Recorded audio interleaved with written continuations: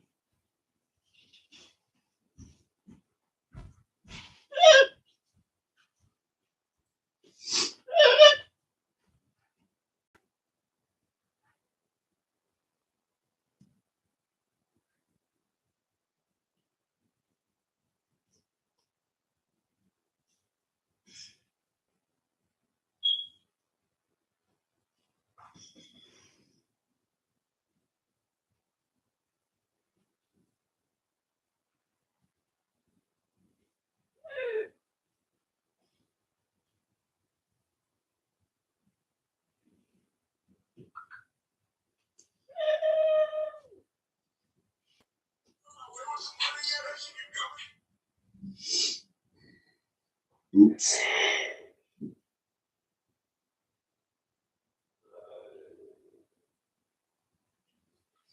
Go to live. Is there anybody there? Hello? Hello, hello, hello. Welcome, welcome, welcome, everybody. Yeah, everybody do some thumbs up. Let's get some likes in there. Woo! I know it's a little boring. We ain't got the puppies out here yet. I was just getting lives going, and me and Aiden are going to go get the puppies. So they shall be in here shortly. Let's continue on with them likes. Them likes, them hearts, them loves, them good things. Get the bad things alone. Get some of them good things going. Hello, YouTube. Is anybody talking on YouTube, or can I say YouTube's chat? Hi, Eric and Jen this evening. We're doing good, Dad. Doing good, doing good. We're going to go get the puppies right now.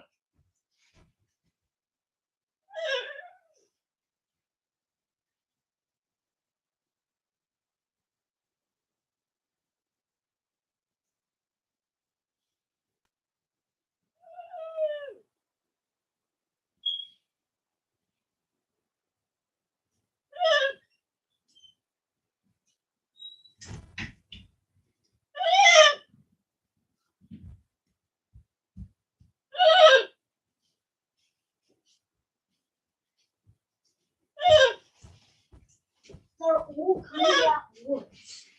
Okay. Is that good? No. Not really.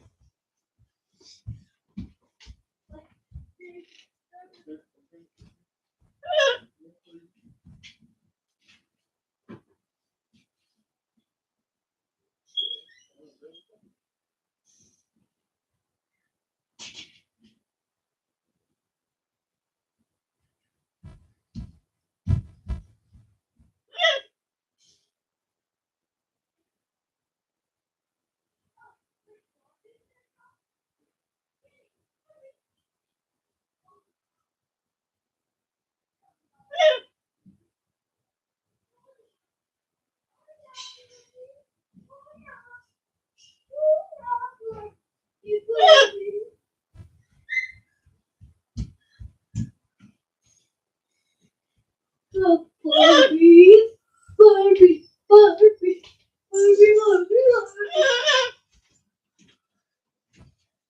Barbie, Corso Mama for life. I believe that was your name. Lady from Michigan. There's one of your babies. There's one of your babies. Yellow. You will get to see her tomorrow, I guess.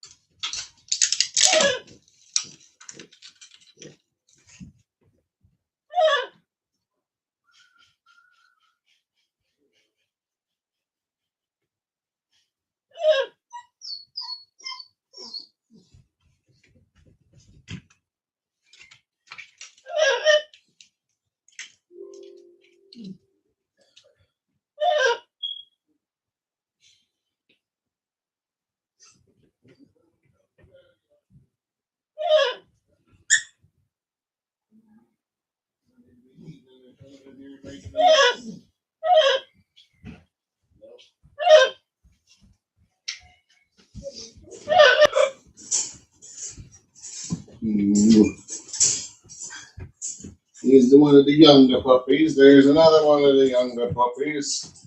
Got it? Yeah. Oh, sure. Okay. Hold it back.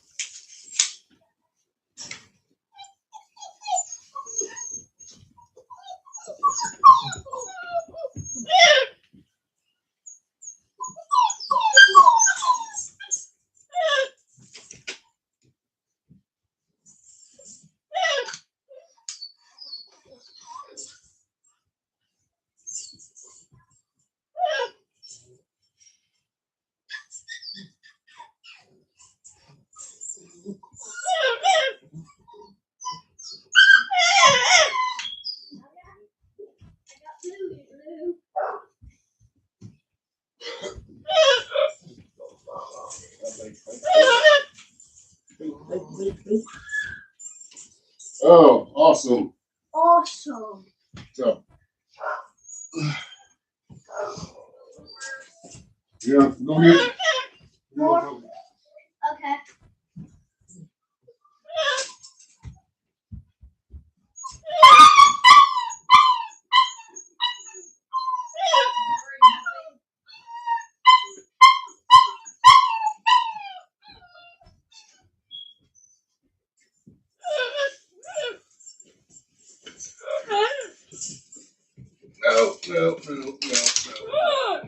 No.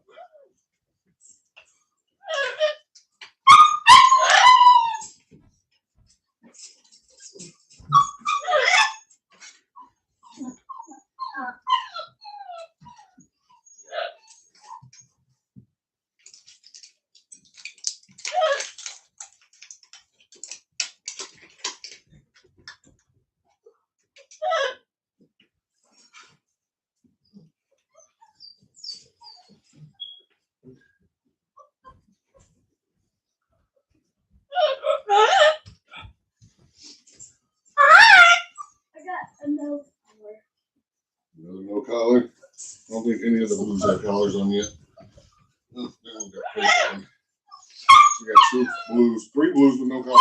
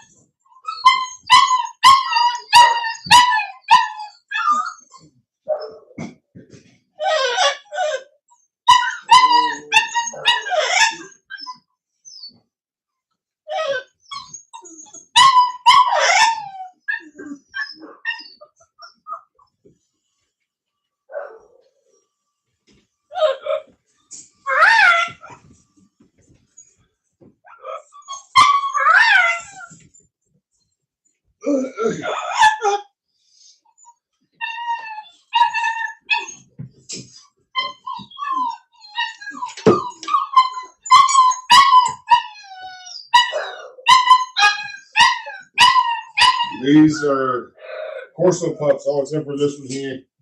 This one here is that Barbie. She is she's an American bully. She looks like a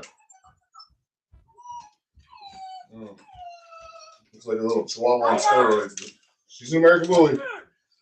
You got another one? Okay, orange. Okay. Heavy. Here's orange. For Corso Mama. Happy orange. Happy orange.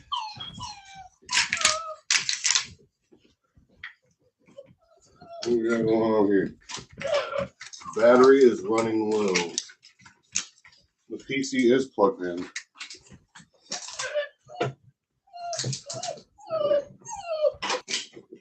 Yeah. It's plugged in, all right. Purple does not have her collar on. Oh, let's see.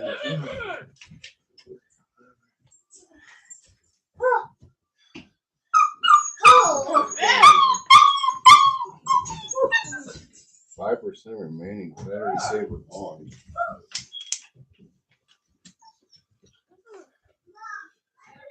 Oh, just one plug in on. That was almost scary. Let's see.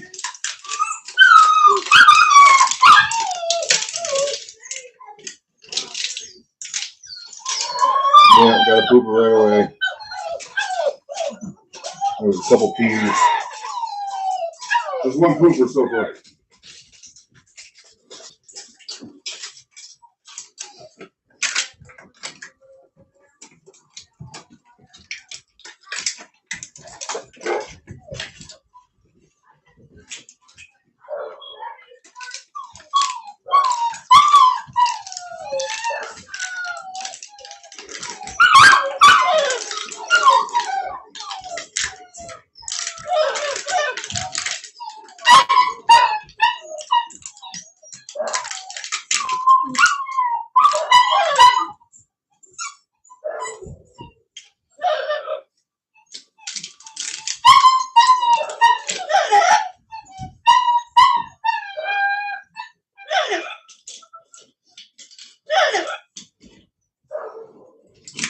Another blue with no collar.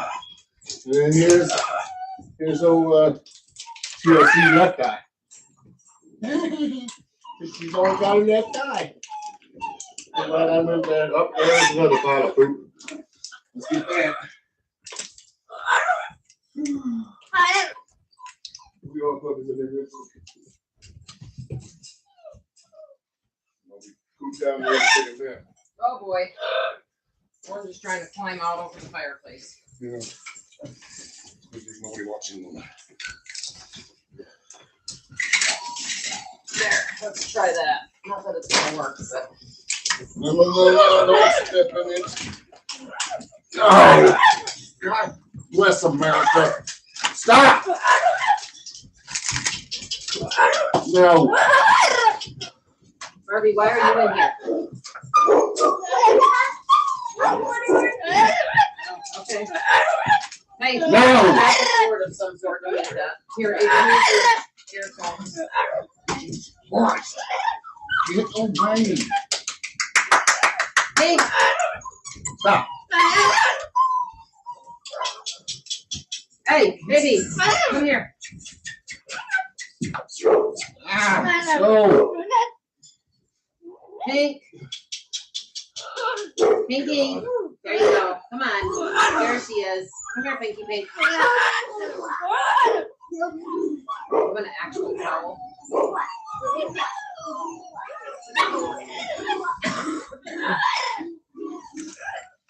So is this all that's running, or is that running? Okay. Yeah. Just watch out for the poop piles, Aiden. I know, but just stay here. Or the Right here. residual. I should In this say. corner. And I can't pick. Ow, ow, ow. I can't pick. Look at it now. This is See, I'm trying to put this over top of it, but I'll bet you it'll become a toy. employee only. Employees only. Hey, So that. what do we do with that? It'll suck that blanket up here. It sucks up rug and stuff. Yellow. All right, let's turn the. Hey, where's the remote to the TV? It's over there. Where? It's over If you're gonna there. stream, you're gonna come out there, okay? I'm not gonna let you. Okay, it's over by my phone. All right. Let's get the comments up on the TV so we can see what's going on. Who's on there?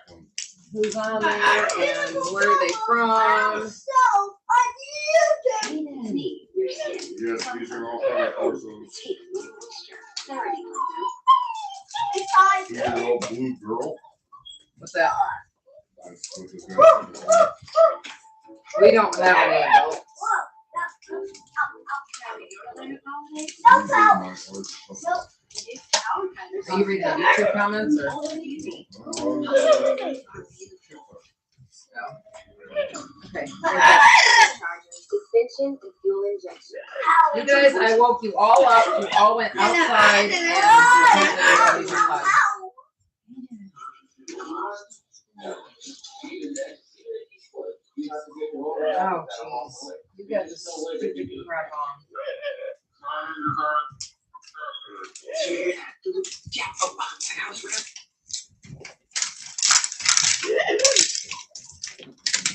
don't know how to get out of this.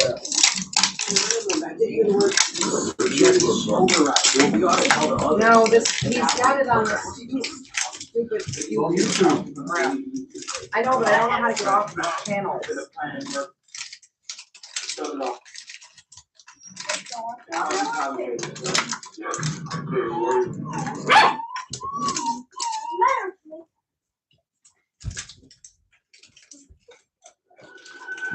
going to leave YouTube today, like for real. I was just over there. Well, there's only a few hours left till midnight. How do I get off of this? Here. Give me that damn horn. Give it here. Maybe it's. You shouldn't have to go all the way to settings to get out of a damn video.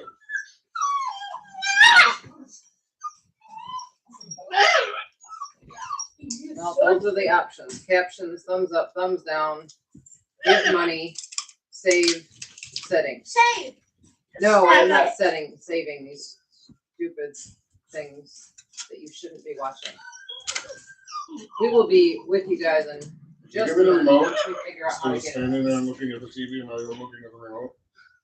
I don't need to look at the remote. I know where the buttons are. I'm trying to find the volume. Well, then all you have to do is hit this little home button and it would have brought you up to this. It doesn't take the YouTube home. Okay, then you click on go to YouTube right there. Oh, yeah, it's again. Just went here. Back to that stupid channel he was on. Wait here. Got it ready? I'm going I out. didn't do that. I did. I went home. I went to the YouTube home, and then I couldn't figure out how to get out of this. No, that's not the thing. Hold on. I'm on here. Ow! Oh. Anybody good versed in the Fire Stick on how to get out of a YouTube channel? Aiden's gotten us on some other channel and we can't get out.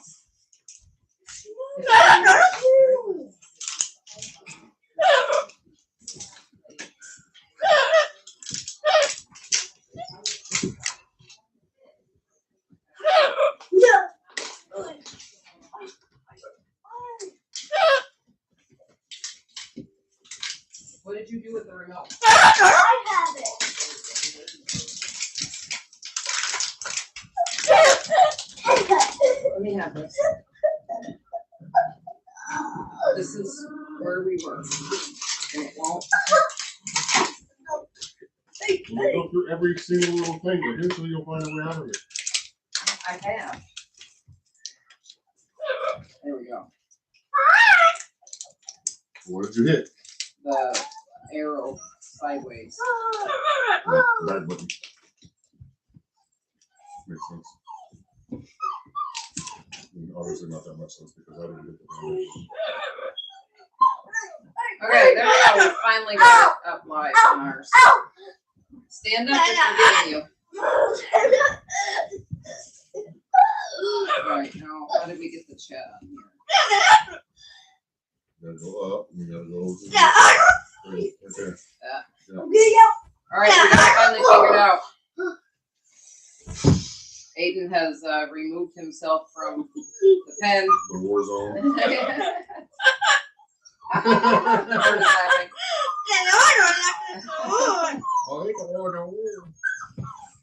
Okay. We don't see anything on the chat in here. If you're on the chat, say something so that it'll come on our screen now. We can see it because the laptop is pretty far away and I can't see it. Tracy, are you with us?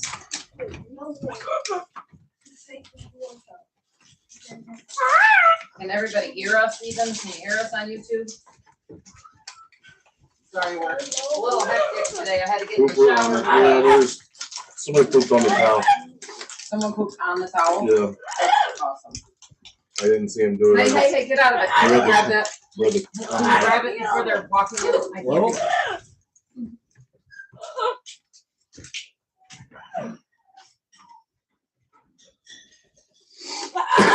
that. Poop everywhere. It doesn't look like Tracy is in here. Why is the chat not showing on our TV? You and Teresa, we have the same sinus crap going on around here too. Audio is on station. Thank you.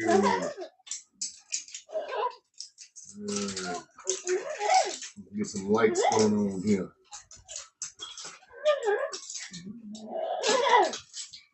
Seem not like I'm in the video yet. I don't like my own video. I want to be a peek here.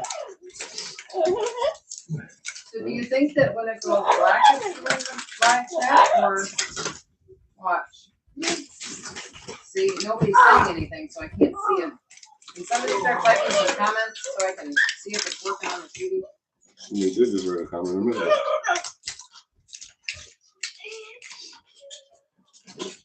Audio on poop everywhere. Yeah. They still poop There's a big poop all over. here. We're going to need a whole new blanket, you guys. I think every one of you has pooped in here.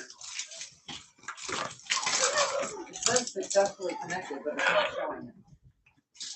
Technology. Gotta love it.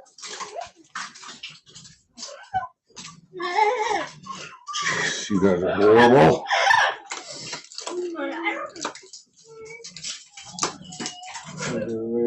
Carter family in Michigan.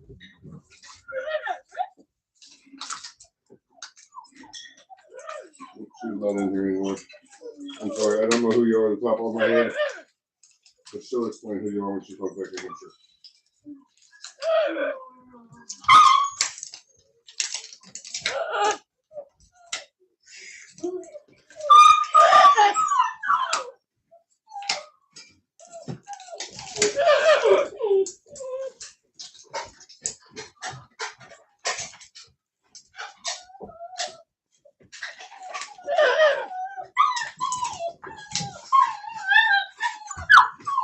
Aiden, please stay out of the puppy's food.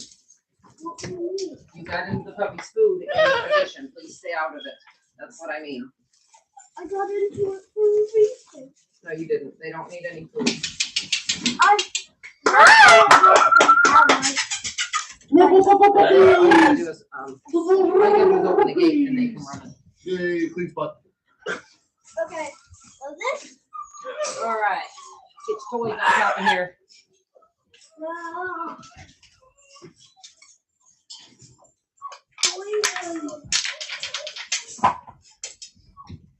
Yay, quit spot. Everybody should have pooped by now. Everybody. I even woke you little turds up to go outside. And then I had to shower because around 10 after 5, we lost power. So that was fun. And by the time we got the generator out, got the wrong generator out, then got the right generator out, got it hooked up, got all the power back on in the house. not 5 minutes later, the power came back on. So we're grateful to have the power back on, as luck should have it. It's pouring rain out, so I was soaked from sweat and soaked from the rain, and did manage to get the puppy pen cleaned out though. So that was a good thing, and we have all of our power back. Still not sure what happened, but we're happy it's back on. All right, Tracy, these guys keep taking their collars off. So this you the girl, orange. You are a boy. Get back here. Was this orange or red? Look at how cute you are. Look how cute you are. This is orange. That's the big orange, yeah. Obviously, our comments on the TV are not working. This is Tracy. I got a boy with a little bit of brindle. Can you see his chest? So green and orange took their collars off today. I found them outside while we were power washing. Red also has his collar off. He is green and orange and purple. Come here. Have their collars off. Green. Hello, everybody. I'll tell you the ones that I know how. All right, let's see. We're going to give the puppies their shots today also.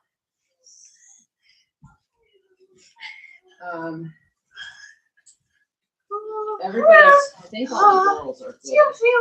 You are a boy. Hi. Hi, who are you? Is this, oh, that's yellow. She's the one that has the eye. Yep. Boy, we sure got a bigger audience when we said we were giving a puppy away, huh? Good to know who's a loyal fan. Okay. Is the chat working? I don't even know if it's working. What is the mask? Hello. Scudo's family. Scudo. From Michigan.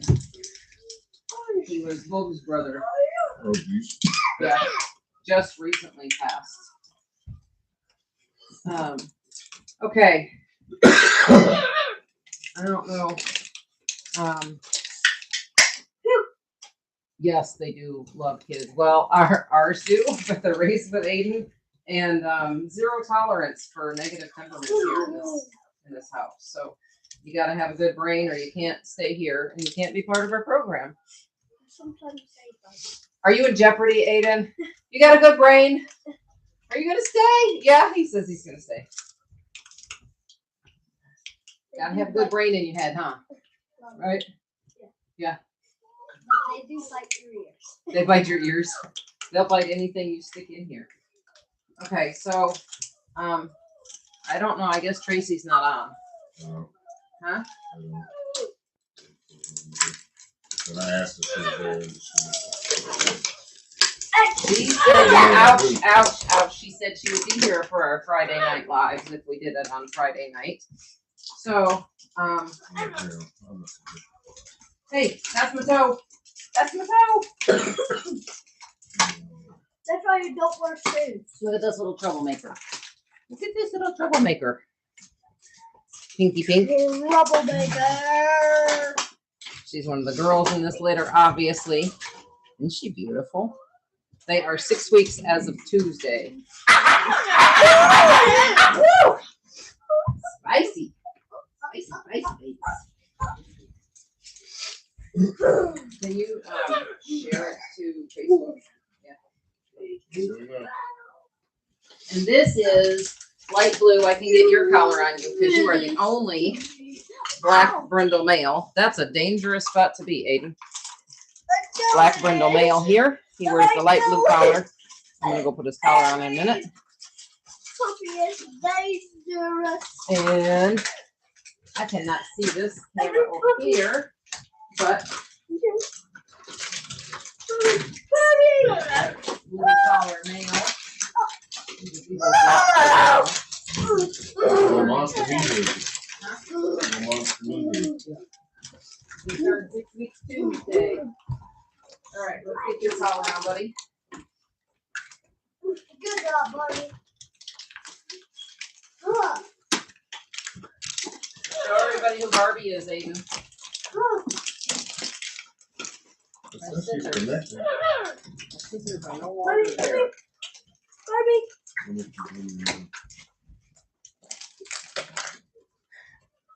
You know where the camera's at? Yeah.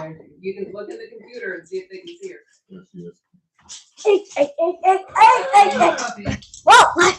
That's Aiden's American Bully. She's a micro, mini, super small. Barbie. She's what, like She's a 6 micro months mini and she's only that Barbie. Yeah, she's gonna be tiny, tiny, tiny. She's the smallest super Barbie. Chihuahua on steroids. All muffled out. Don't do that. You gonna show her on this camera? You show her on TikTok? Come here, buddy. Okay. Let me put your collar on. Oh, don't eat my hair.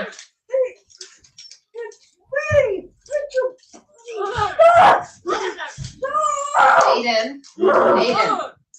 You have to get out of there if they're biting you. They do that when they're young like that, they attack you. I know you're trying to, you gotta be quicker. Get up off the table. Remember what I told you? Weak people fall down on the ground. Don't do that.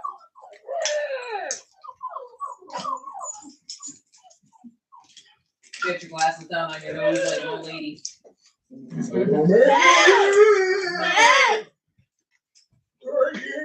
Okay.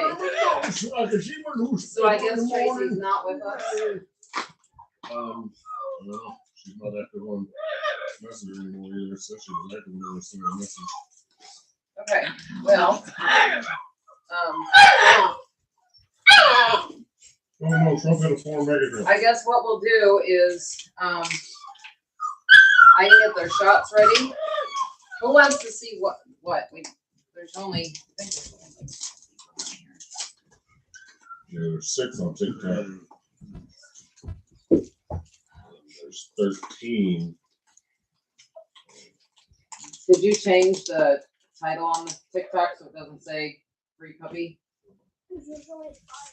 Like when you went live, did you change the heading and the hashtags and stuff? I don't know. That's the first time I've started it. Oh, hold on. That has water in it. You can't have that. That one has water in it still. I know. That's mine. Actually. Smells like poop. Who pooped? Oh, there's another pile here. Where does the paper towels go? Ran up.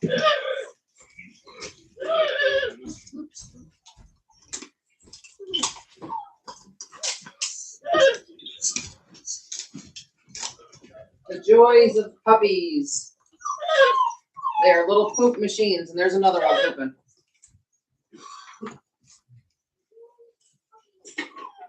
And I specifically didn't feed them dinner before they came in here so that they wouldn't all poop, and they're all pooping anyway. Here, throw it to me. It don't matter if you feed them or not. It does not. Get out of it. Get out of it. Get out of it. Get out of it. So it's approved. They need to go to the bathroom whenever they wake up. They should have been awake. They were outside with me when I was washing. And they went back in and went to sleep while you was in the shower. Get out of it. No. It is a lot of work. This is just constant. The poop never ends. No, it doesn't. And he's Barbie. Where is the girl? Oh, where's the good girl? Mm-hmm. Definitely have to take this there. What's up here? Yeah. Barbie's out of the pen. If you can't see her, then see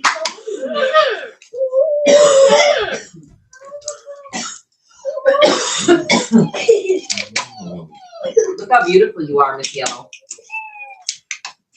No, get off of there. Get off of there. Well, we got 8 on TikTok. Hello, everybody. Yeah, everybody.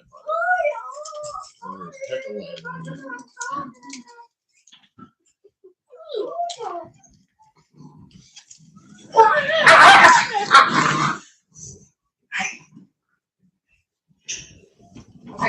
only thing I can think to do is there anybody on here that's waiting for the bee litter? Anybody have, oh, you pooped on top of the clean one. Seriously. And now somebody's about to lay in it. No, get out of it.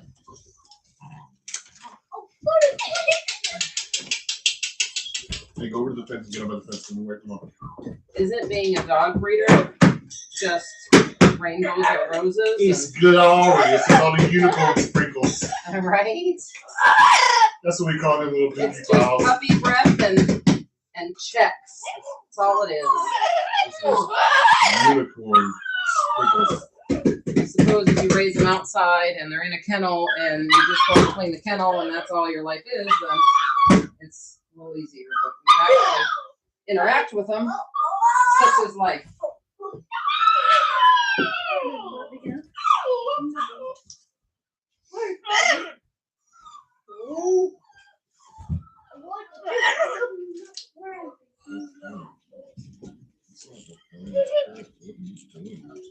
So regardless of all the poop, this is how we feel like it's best for them. It's not best for us, but it is best for them.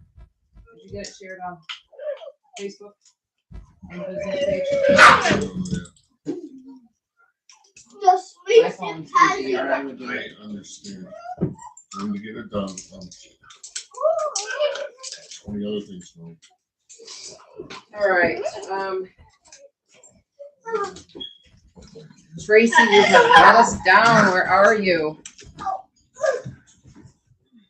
Yes, it's super glamorous, right?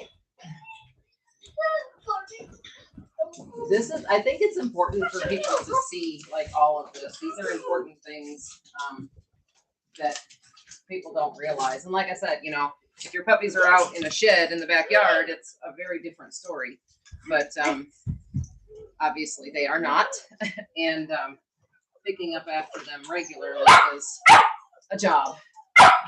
They're barking at 80. All right. Can I find a clean spot in here? Because he's not in the pen. Hey, you're biting my butt. Who are you biting my butt? Oh, it's Pink. It's Pink biting my butt. Uh-oh. Somebody knocked down the cell phone extender thing. Cell phone booster. Yep. Okay. Are the gray and black older pups available? So the tomorrow there is a breeder coming to take 2 of them, and we believe we've had up until this point. Aiden, we believe that this one who normally wears the yellow collar, this one right here, we believe that she's going. Yeah, we think so. And the gray one, and then the Brenda. Where's Pink? Aiden, you're missing a puppy.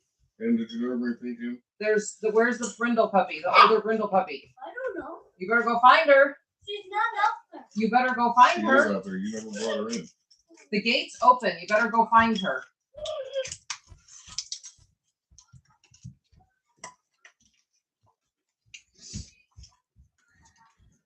That's not good. Okay, so we're missing a puppy. I guess that's what happens. Barbie's about to go behind the couch. I guess that's what happens when a 6-year-old is in charge of bringing them in. But anyways, the brindle puppy is most likely going to be available. The other two of the 3 are already spoken for. But some of these A-litter puppies will be available. They will be having their Pick Your Puppy video this coming week. So look for that. I'm just getting into everything. Let me go take Barbie back outside because she's getting into everything outside the pen while they're getting into everything inside the pen.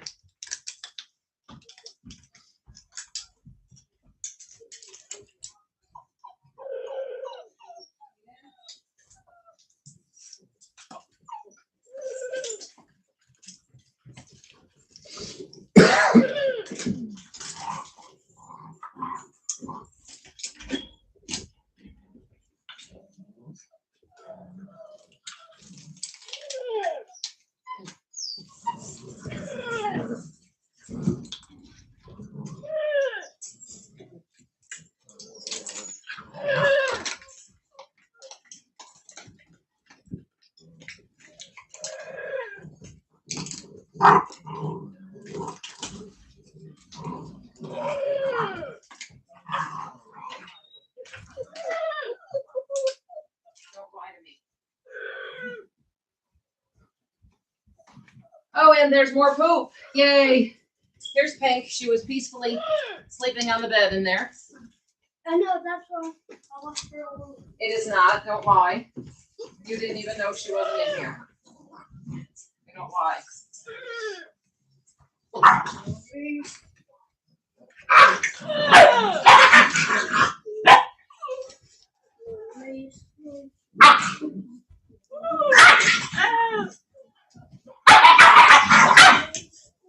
I will hold her up. Just give me a minute to clean up this poop over here.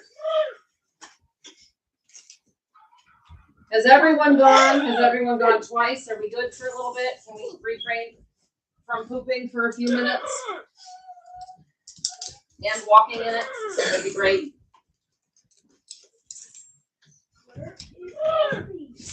I took her outside because she was getting into everything and nobody's watching her. Outside? And she's, I put her back in the pen. Yes, leave her out there. Yes, I'm serious. All right, Pinky. Come here. Let's go see you in the camera. Who is that? I believe this is. Excuse you, growling at me, Mr. Missy. Missy growling at me. No, those are directions for something. Blue. Thank you. Thanks, buddy. This one, little attitude. She got a little attitude. This is probably purple because Pink has her collar on. Yellow has her collar on. So this is probably purple. Tracy is not on. She's got our list of, yeah, the black brindle. You are not late to the party. Don't worry about it. We got started late because, long story short, we were out of power. And everybody has now pooped. So we've cleaned up poop and here we are. Tracy's not with us, so we are gonna have to go back on our own and do collars to put on. No, come here, Pink. No, don't jump. Don't jump. Don't jump. This is Pinky, the bigger Pinky. Oh, she is a big girl. Hold on. You are so big. Let's hold you a little bit in a more comfortable position here. You're gonna have a lot of people in there. Okay, there we go. There we go. There's Miss Pinky. She's the brindle one. She's trying to hold on. She's a really pretty brindle. She's got a cool marking on the side of her head. Can you see it there? She's got a cool brindle mark on the side of her head there. Yes, she is a big girl. They're hard to hold up.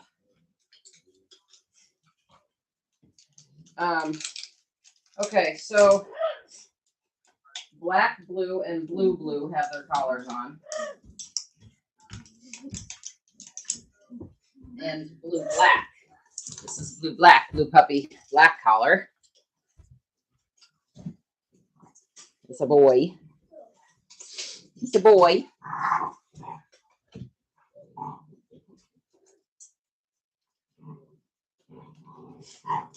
Yeah, I wouldn't. Well, yeah, I don't think Pink should go to a home with another. If you can avoid same gender, it's better to do it that way. We have some people who have no problems, but and Pink is she's been raised obviously with this one, and where's the other one? Where's your sister? Oh, she's underneath of her. Those two are pretty dominant, so she's been raised with them. But if we can figure out how to get opposite genders, it's always better to do it that way. Look at these two over here, loving each other. They're hugging right here. These two. That's not chewing on instead.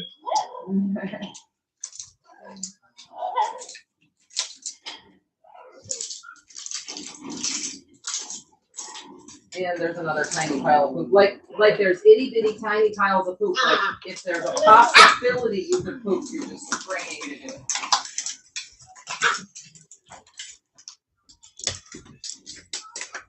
Now Pink looks like she's trying to find a place to go poop. Ah, hey, hair, no. Hazard of long hair with puppies.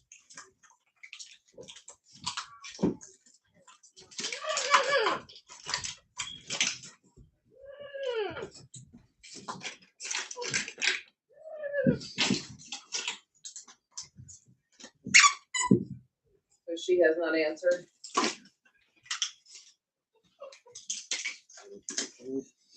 Haven't even seen it. She's been out there for 19 minutes. Fell in love with the blue brindle male. Let's see, which one is that? Yeah, I think that's a blue brindle. Black has got some. Yeah, the light blue collar is a black brindle, but or black though. This light we have in here is so hard to see in. So here's blue, and crazy enough, some of them are getting brindle. Can you see that? Can you see that little bit of brindle in him? All I see is the wet spot right there. Don't grab my hair. So he may have just hints of brindle. Yeah, he's got either that or he's just going to have the figgy. This light is a terrible light. It's like a yellow light. It's so hard to see. And we had the cube out the other day, but we don't have that on today, and it's more of a natural light. I think Eric didn't grab that this time. Melanated Queen says, can you show Black Brindle again? She wants to show him to Robert. Yes. Here he is. Here is. Are they on YouTube or on? That is TikTok? on YouTube. Okay. Are you ready?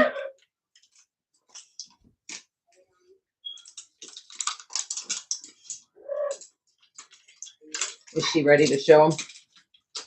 You're huge, gorgeous head. Yeah, that's. Let me go through the other boys and find the brindle ones.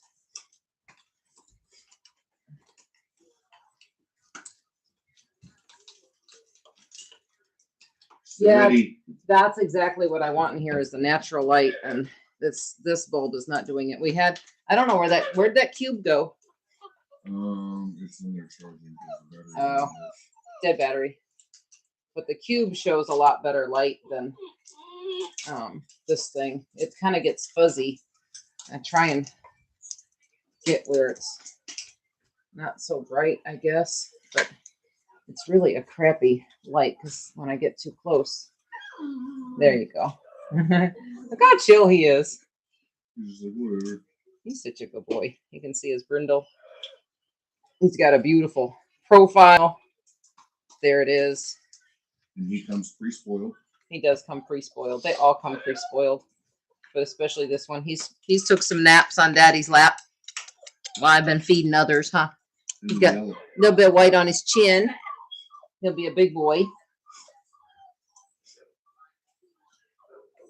There you go.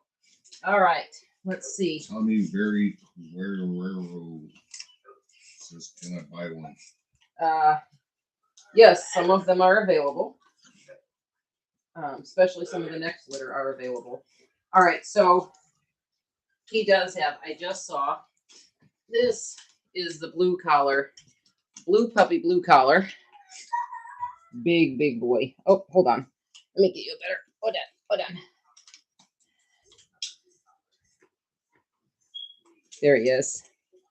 And he does have some brindle. This may be the one you're talking about. You can see his brindle in this leg here. Can you see that in the camera at all? See the brindle down his back leg? You really can't see much of it in his body. I don't think he's going to have much in his body, but he does have that stripe there on that leg. If I can get it in the camera there, you can see it. And he's another big boy. Big handsome boy.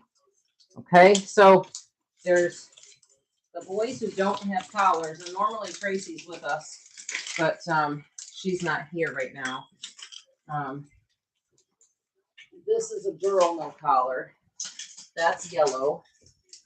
Yellow is the one who had the eye injury. This, come here, you little snot. That's another girl. You are a boy. Oh yeah. This is another boy. So this is either green or red. And I think this is green. Isn't he cute? I don't see any brindle in him at all. It's a super weird angle I have to get in order to get out of the light enough that it quits getting blurry and in the light enough that you can see him. Whenever you put him down, you turn that light is blowing straight on you and turn it to the side. It shows up a little bit. The puppy. The baby. Yep.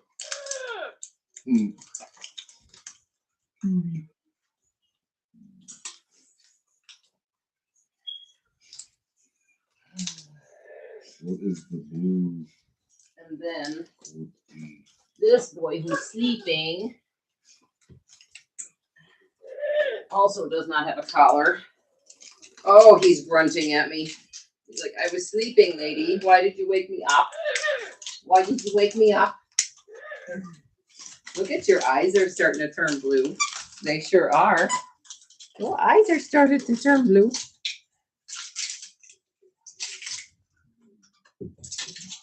Ouch, that's my ankle. Hey, hey, hey, hey. Hey. Yellow. Yellow. Hey, and now you're shaking. Hey. She's a little, ouch, she's a little turd. The bird thinks it's funny. There he is. Oh, yeah. There he is. So this one has some brindle in them. So, we have three. Orange, green, and red are the three boys who don't have collars on. I gotta go back through the list. The older female is black brindle. Do we have any brindle females in the smaller litter? Just blue brindle, not black brindle. Okay, so there's a blue brindle and the younger ones without their ears. This one. So you got a blue brindle in one and a black brindle in the other. Maybe some brindle, very light, if any. The blue collared black brindle should have been showing as a male. And there's a female of the older litter that's black brindle.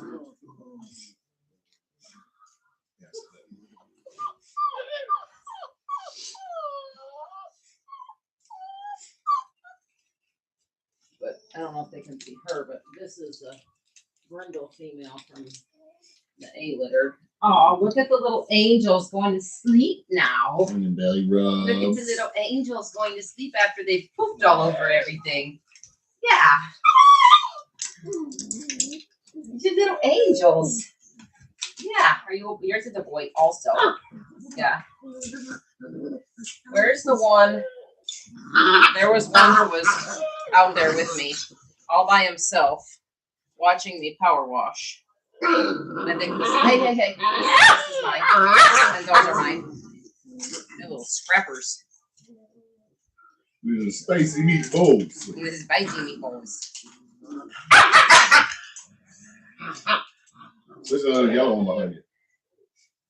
Mm-hmm. What about you? What are you doing? Huh? You get to go home tomorrow. Yeah. He's down asleep now. Hey, hair. No, I know. I just got out of the shower. I don't normally put my hair down when I'm around you guys. And this is why. Yeah. Mm-hmm.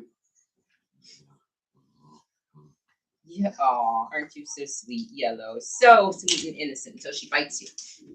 Look at the coat on her. She just has an incredible coat, doesn't she? Can you see the shine even just through that crappy camera? Hey, biting. These guys should have decent bite inhibition being raised with such a big litter. Oh, seems we make it worse. They're learning how to get along. They're like siblings raised in a big family. You have to learn how to get along with all kinds of different temperaments.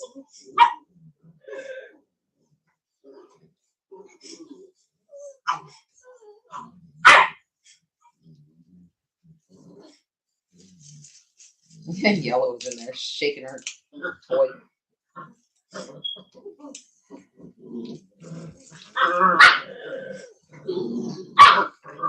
All right, so if we're gonna give them the shots, because I don't have collars on them right now, I wish I would have written it down when Tracy was writing it down. Yeah. I want to give them their shots before we put them back outside. 6 weeks on Tuesday, so they get their shots. What you doing? Hello, Pinky. Hello, Pinky. Hello, Pinky. Hello, Pinky. This is the older one that is probably available. Hello. We will know tomorrow.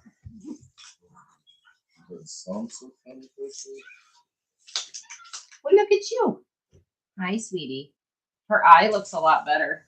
For anybody who was watching the other day, Yeah, her eye looks way better. her eye looks much better today. It just looks cloudy now. It doesn't look all bulged out and whatnot. You can see it looks a lot better. It is her right eye, which is the side I'm showing.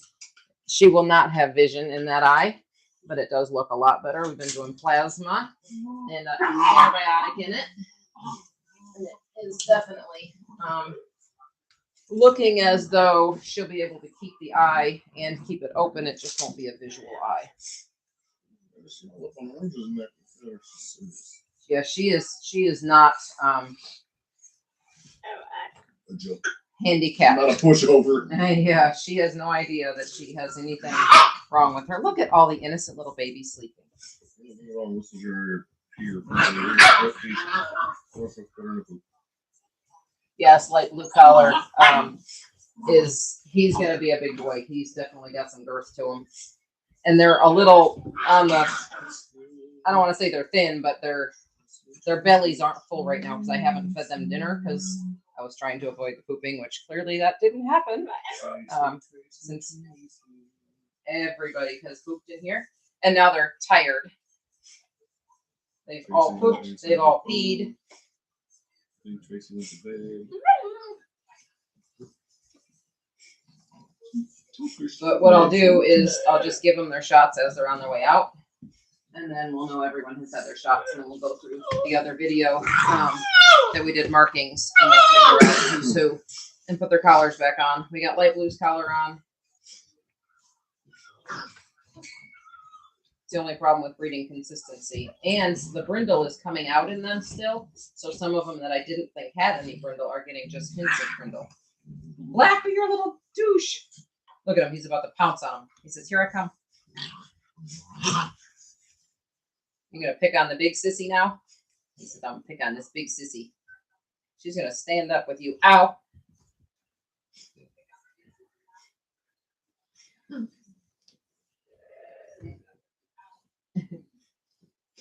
You guys are little. We are located an hour west of Nashville in Little Tennessee. troublemakers. Let me find a clean spot. Let's see, find a clean spot. Come here. Hi. How are you? Oh, these are babies. These are babies. Hi. Whoever that was biting me. Who are you? Who's this little angel? Oh, it's Black. You were the one that was just terrorizing another puppy over there. Mm-hmm. You were. You're such a good boy. Yeah. You're such a good boy. Mm-hmm. This is what you don't get when the puppies are raised in. I saw one breeder. They're like, we have a puppy condo in the backyard, and it sounds so great. It's literally a shed in the backyard. So don't be fooled by. I always say chefs and realtors can make things that are. They can make that shed in the backyard sound like a mansion, and a chef can make a plain old hamburger sound like a gourmet meal. Well, Apparently dog breeders are subscribing to the whole thing with their puppy condo, or I forget exactly what it was, but it's literally a shed. A do small. they just have a second floor with a loft? No, it's a small singular shed No, with they're like a hand painted sign on the front of it, and dogs. like a fence. Bro, They had a fence around it or and a Z something. on it. I was like, "Are you kidding me?" Ow! Hey, those teeth hurt. But you can't get this kind of interaction with them that way. They just don't. And that, ironically enough, that same breeder, somebody had a deposit, and they asked, what we thought, and I was like, we aren't going to tell you where to buy a dog from. We'll just tell you if we would buy a dog from them. And I was like, I wouldn't take one of those puppies, not for free. And it costs. Keep this in mind.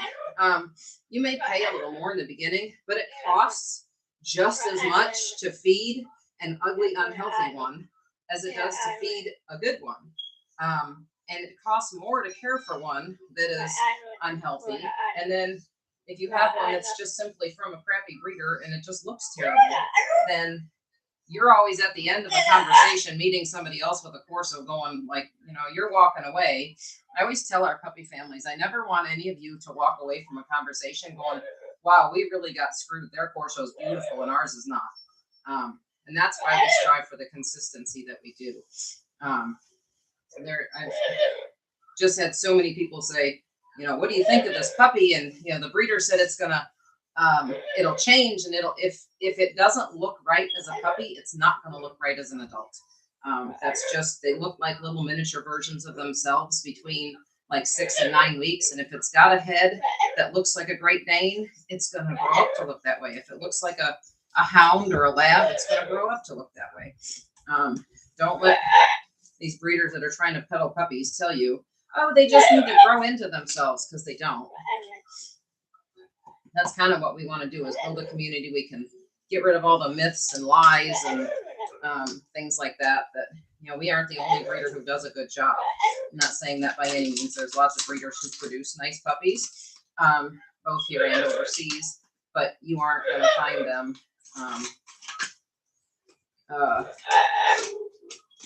you're going to pay a premium. It's just what it comes down to. We've all paid premiums to get excellent breeding stock. I can go buy a crappy ICCF dog and breed it for $1,500. If I want an import with an FCI pedigree and AKC papers, and pedigree and DNA and all that stuff, well, those cost anywhere from $6,000 to $8,000 to walk U.S. soil. So we don't spare any expense in producing these dogs. And that's why they do, as other breeders do as well. They're paying good money for their breeding stock and raising their puppies the right way. And that's it's an expense that's involved. And what's that life lesson? You get what you pay for. Yeah. It's true in dogs as well. Sometimes you get less. Right? Sometimes you have to She said, "You overpay get for out of my the cheap face. ones. I sit in the mommy's lap." She said, "You get out of this. Is my lap." Huh.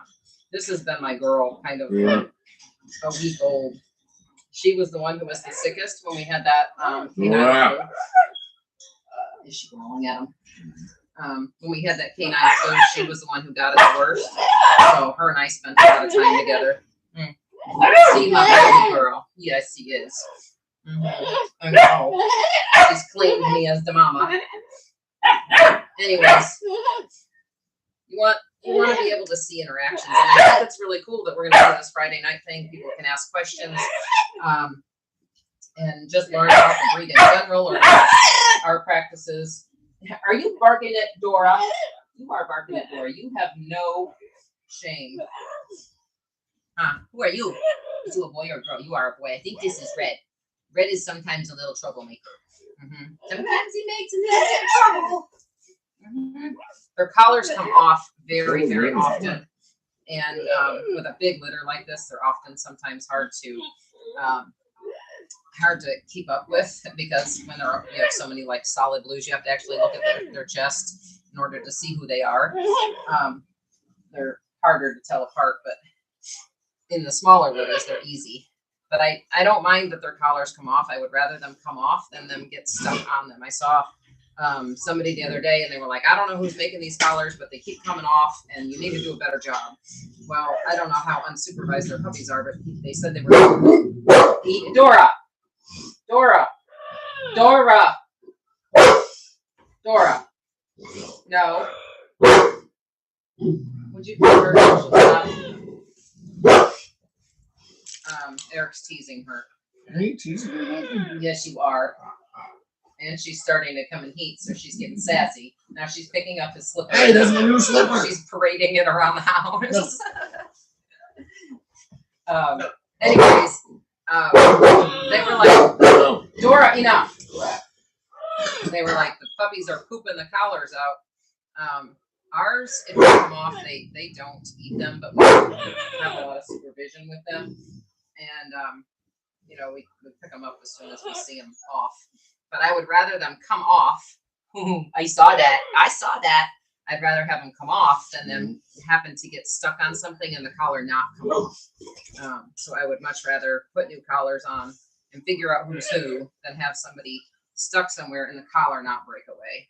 That's why I like the collars that we use so much. We used to use the ribbon that you use in like crafts and things like that, but it didn't break. So you had to knot it like 3 times in order for it to stay on, and it didn't break. So if the puppies were to happen to get hooked on something, it wouldn't break away, and I didn't like that at all. So we quit using that, and we went to these Velcro strips. This girl is just, if we had the room to bring another puppy in the house and be like my dog, this would be it right here. See my girl. Who are you? Who are you? And what are you doing? Huh? Hi. I know. Kisses. You're a boy. I still think you're red. I do. I think you're red. Let me see your bite. You're going to be a little bit undershot. Yep, just a little bit. Just a little bit. Yep. And that's okay. We have a video on the bite if you want to know what I'm talking about. Look for Cane Corso bite, and you will see the different types of bites. You probably can't see it from up there. Let me see how yours is. Oh, hold on. Ours is a beautiful level bite. It's a beautiful level bite. It is. Where'd Pink go? Oh, there she is. Let me see yours. Let's see yours. She got a nice wide head. She got a scissor bite. The scissor bite means this. The teeth come together this way. Undershot is here with tight. Well, a reverse scissor would be the bottom teeth touching the top. Undershot is with the lower jaw in front of the front, and this is the level bite. Scissor bite is just like this, touching with the top teeth, touching the bottom teeth. So you have scissor, reverse scissor, undershot,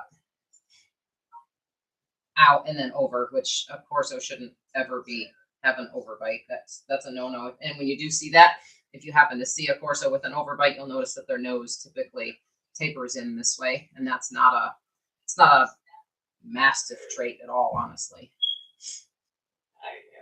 It's not a most breed thing. It's not, yeah. I think there's some. I don't really know the standard for all breeds, but it's not something. The Corso started out with a breed standard coming out of Europe as undershot. And as far as I know, the FCI, which is the European standard, which is where the breed originated and was developed, is still undershot. It's just the Americans who have changed the standard here to level or scissor, which is not the original intended bite. You are so sweet. You are so sweet. Are you green? Are you green? Uh-huh. What? Oh, it's black. You were the one who was tricking me earlier, too. You were being a little snot. Look at her. She's just playing in my lap. This is my girl. She can be hard to say goodbye to. Mm-hmm. Spent a lot of time awake with her. Yeah, I've spent a lot of time awake with her. You're right. Lots of hours we have together. Yes. Her coat is amazing. Yes, it is. But she will go to a really good home. Mm-hmm. She's got a coat just like her mama. I wish that can you try and see if you can get those to come up on the TV at all? They will come up. Mm-hmm. Oh, were they? Okay. I can't read it. I even had my contacts in, but it's too far away. They're all tuckered out. Look at these beautiful sleeping babies, no longer running around and pooping. And yes, we teach them how to get belly rubs because belly rubs are important. Huh? Yeah. And if you have a breeder who gets your hands on, that's kind of what we're doing is we are transitioning into, I love to teach, and we're transitioning into helping smaller breeders who want to do things right, get started and do it right. There's a lot of people who get berated, you know, whether it be on social media, Facebook, whatever it is, for doing things the wrong way. And people are so quick to comment and let people know how bad of a job they're doing and how they shouldn't be doing it that way. And, you know, if that's how you're going to do it, you shouldn't breed. And I agree to some extent. Some people don't care and they don't want to improve. But for the people who do want to improve, somebody needs to be there to help them learn and, you know, not demean them and put them down while they're trying to learn, because we all have to start somewhere. And, you know, when I first started in the breed, I called it a Cane Corso. I didn't know any different. So I had to get that education. And if it weren't for someone telling me or me doing research and learning, I wouldn't have known. So that's kind of what we're going to be all about. We want to help people learn. We want to help people do things the right way, how to learn, how to identify breeders that are, you know, not doing it the right way, and not support those breeders. The more that we support breeders who are, you know, keeping dogs outdoors in kennels as a way of life, and Sherry said, how does one even get started as breeding if breeders only sell dogs with breeding rights to established breeders? See, we don't. That's exactly what sets us apart. Is we are here to support people who want to be a small breeder. It's like a catch-22. Yeah, no, and that's the problem. It's exactly the problem, is that no one is there to help people who want to learn. And that's what we want to do, is we want to help people who want to have, you know, anywhere from 3 to at the most 10 dogs. And that includes, you know, puppies that you would be raising for future generations. Yeah.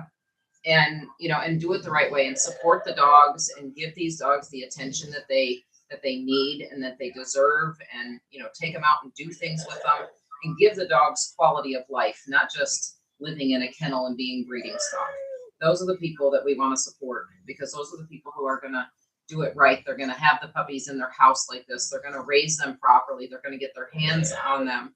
They're, you know, going to know their temperaments so that they can match them with their families. And that's what we're going to do. Our program that we're going to implement is going to literally hold your hand while you go through that. We're going to provide all types of support and advice and all that stuff for people. And to be honest with you, we're at a point where we're both running the edge of burnout. And it's not that we've lost our passion.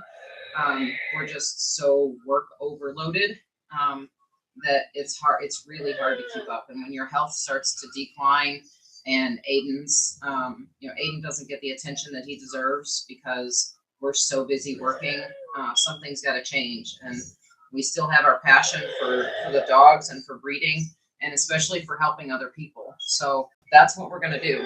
There's going to be some major changes come first of the year around here. We will have some dogs that are available to guardian homes that are our current and upcoming breeding females. Also opportunities where if there's a dog that we may want to keep, we will pay a pet price. And if we decide in the future that we would like to breed that dog, we'll bring it here. You'd be without your dog for about 5 weeks, and we'll bring the puppy here. And, well, it wouldn't be a puppy at that point. We'd take on all the expenses. And then if you've paid a companion price for the dog and we do breed it, you can either choose to have a puppy out of that litter or the cash equivalent of whatever price you paid as a companion. So it'll give people an opportunity to maybe get started. You know, maybe we have 1 litter and you see us whelp 1 litter. You know, your female can whelp 1 litter successfully, and then you want us to help you with the next one. Whatever the case may be, We've had lots of opportunities, lots of ideas. We're open to other ideas if people have them, but we want to get focus on the dogs being a priority here, and not just pumping out puppies, but actually educating on the breed and breeding and the proper care of the dogs, because we have so many great dogs. And to be honest with you, some of them, if they stay here, they just won't ever reach their full potential because they don't get that one-on-one time. Like this puppy that's sitting in my lap, she needs this every day. And if she were to stay here, she can maybe get an hour of this every day, and that's it. And that's not enough. Would she become a great dog? And we have fantastic dogs here. Our dogs are loved and well cared for and all that stuff, but they don't get 24/7 time with us. And that's what we want to promote, especially with this breed. It just breaks your heart every time you close a kennel door and they look at you like, well, but I want to be with you. Right? Right? Yeah, that's the case. It is. So yeah, we are here to support all those people that other breeders want to just throw their nose up in the air at. We all start somewhere, don't we? I can't believe they're all sleeping now. Well, except for the one on my lap. Even Yellow's over here. What are you doing? Oh, she want a belly rub. She wants us a belly rub. Yeah. Okay. He sure is. Look at that big boy. He sat here, Mama's voice. The coolest thing when you raise them like this, we have some of our families, and if you're one of them and you're on there, our puppies actually recognize our voices on the live. So some people will put them on the TV, and the dogs will sit there and stare at it. And I think that is the neatest thing and such a great testament to the fact that they were raised in a loving environment. Huh? Yeah.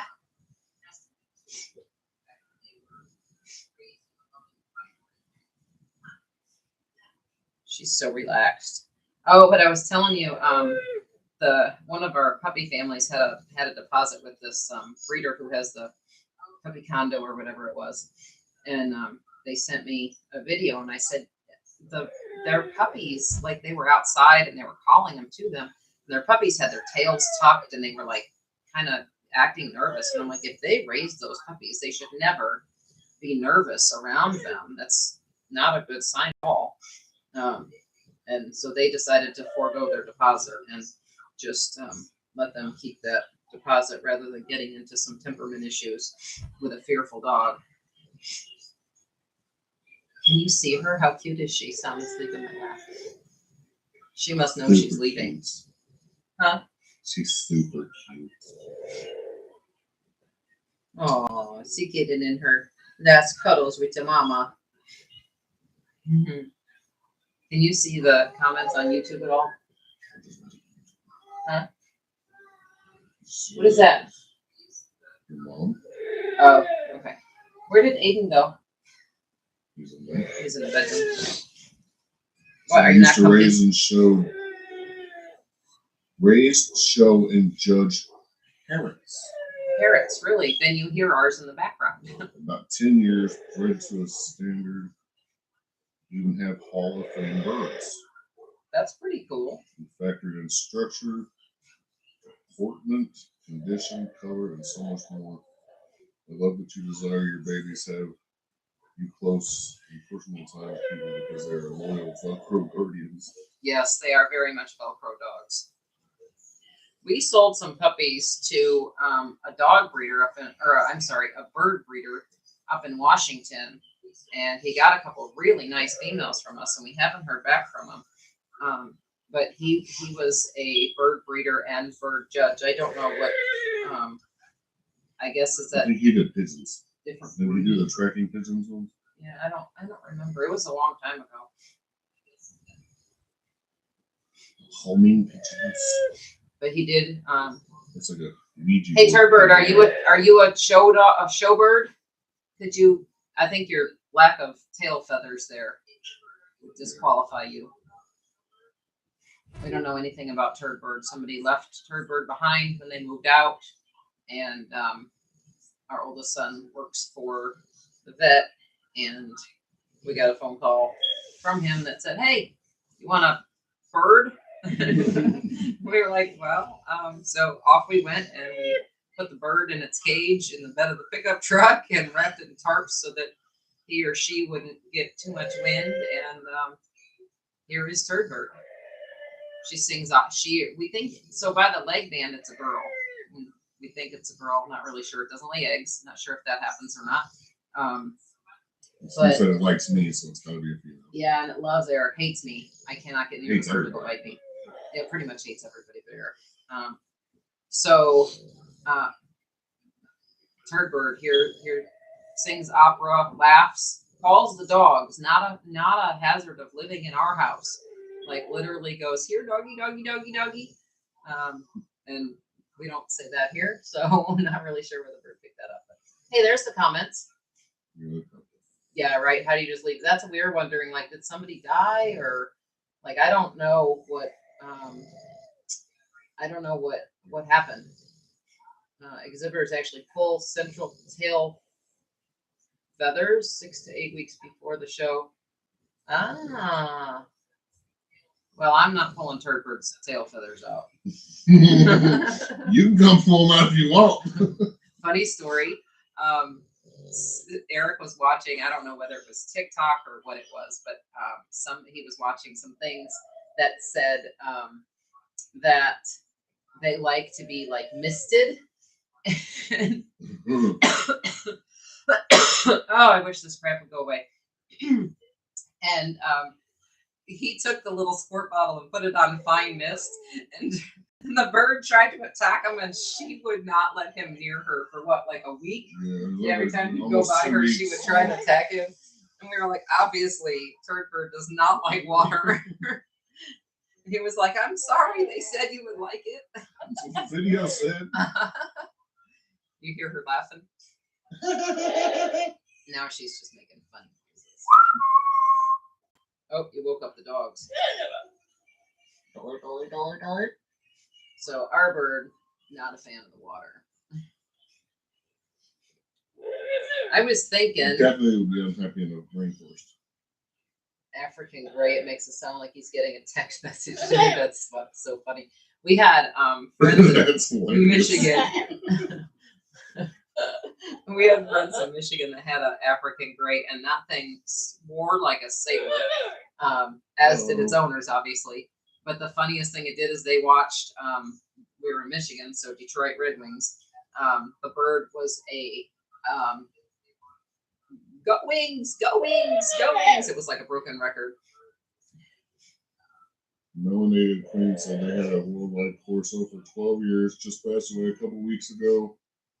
We're still sad, but he was truly the best dog ever. Definitely planning to be a return family when we're ready. That's Scudo. That's Wolf's brother. That was an incredible litter.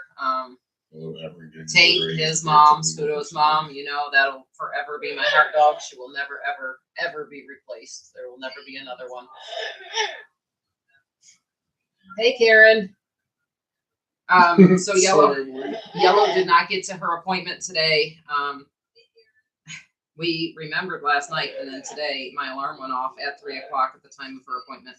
And I was like, well, that didn't happen because we're still home and in the middle of stuff. So, but her eye is looking a lot better. We'll get her in first thing next week and see. But at this point, we're putting antibiotic drop and plasma in it, and it really looks fantastic. You can see the black portion of the eye a little bit. And I think with any luck, she'll be able to keep that eye. It won't be visual, but she'll be able to keep that eye. This puppy is snoring in my lap. She might be able to see like it's light or it's dark or a shadow or something like that. She's not going to be able to see perfectly. She's literally snoring in my lap. This is the type of thing we want to support. We want people to be able to raise puppies like this. They need to be comfortable around their people, and the more comfortable they are around their family, the easier it is for them to transition. Because if they're able to be comforted by people and not just other dogs, then when you take them home and you sit them in your lap and they fall asleep in your lap, they're able to be comforted. They're not just fretting because they don't have their litter mates. And this right here is what it's all about. It's about the personal time and attention. And more than anything, it takes time, and that's why we are at where we're at. We planned all of our litters for winter this year so that we could possibly do something with Aiden as a family this summer. And I'm here to say we will never, ever, ever do that again, right? That was a bad idea. Way too much work. But yeah, time, touch, attention. So yeah, it's exactly what it is. And you can tell when they don't have that. And you know, people always say, you know, why are your dogs so expensive? Well, I mean, it takes time to do this, and this is our job, and I don't feel like we should be ashamed to ask for compensation for doing our job well. It would be like, you know, saying that you had to go to your job and do it really well, but because your job, I don't know, it would just be like saying you had to go to your job and do your job really well, but you didn't deserve to be paid for it. We're doing the same thing here, and it takes time and it takes education and lots and lots and lots of care, lots of poop scooping. Yes. Tons of poop A scooping. lot of poop, scoot, and boogie.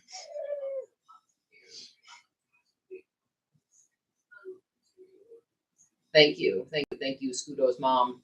Yes, Yellow is right here. She's right up against me. She's, I don't know, can you see her? She's like, she's got her, yeah, you can see her. She's got her, oh, I'm so sorry. I'm so sorry I moved. She's like, would you stop moving? I'm trying to sleep. She likes to be up next to somebody. If Eric were in here, she would be up next to him. I play second fiddle to him. Only with her. Are you, is that Tanella? Tanelia? I'm sorry, I'm terrible with names. Are you getting one from this litter? Right, how dare the dog human, the human dog hammock move. She is super comfortable, isn't she? And she just, where's, who are you laying next to? Oh, look who's awake. Hi. Hi. Look at you looking at me. This is the blue brindle. Well, it's the black brindle with the light blue collar. See, he gives kisses. Yeah, you're a fan favorite of somebody. You are. You already have somebody who's Sherry. Who's a fan. You sure do. Yes, you sure Sherry Inskeep Lewis. Is your fan club still on there? I believe was it the husband's name was Robert? Is that the one? Yeah, I don't know if it was Robert. Or was that Scudo's mom that was trying to show? We are wanting a fawn or Formentino. Okay, then you're gonna want the bee litter. Do you want anybody want us to bring those in and show you those? Or we want to wrap it up and do Friday nights again next week. We got 13 people on. Let us know what you want to do. Robert. No, that was melanated. Yeah, that was Scudo's. Yeah. Robert is Scudo's daddy. Look how cute you are. Okay, so if you want to see the bee litter, raise your hand. No? Go ahead. Have a thumbs up in the comments.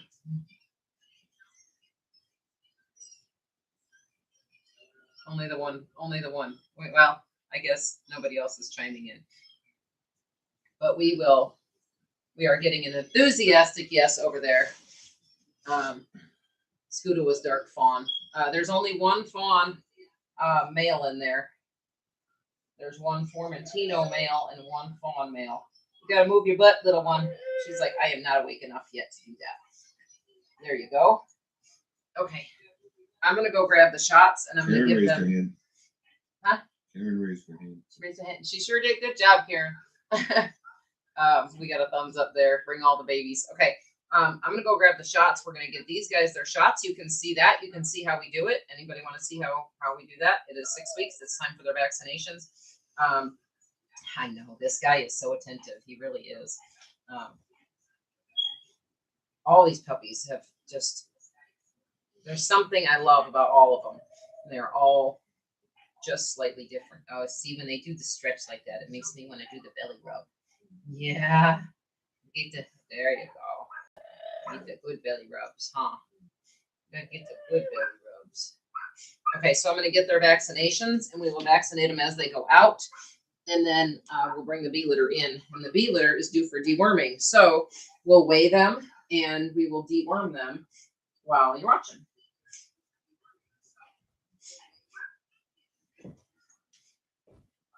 And we go with the help of Aiden. Hey, Aiden. Come here. I need your help with shots, please. Aiden's good at opening all the syringes for me.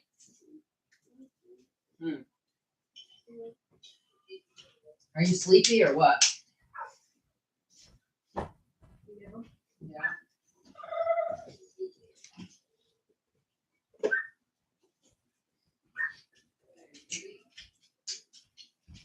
Yeah, I followed it before. Here's my credit.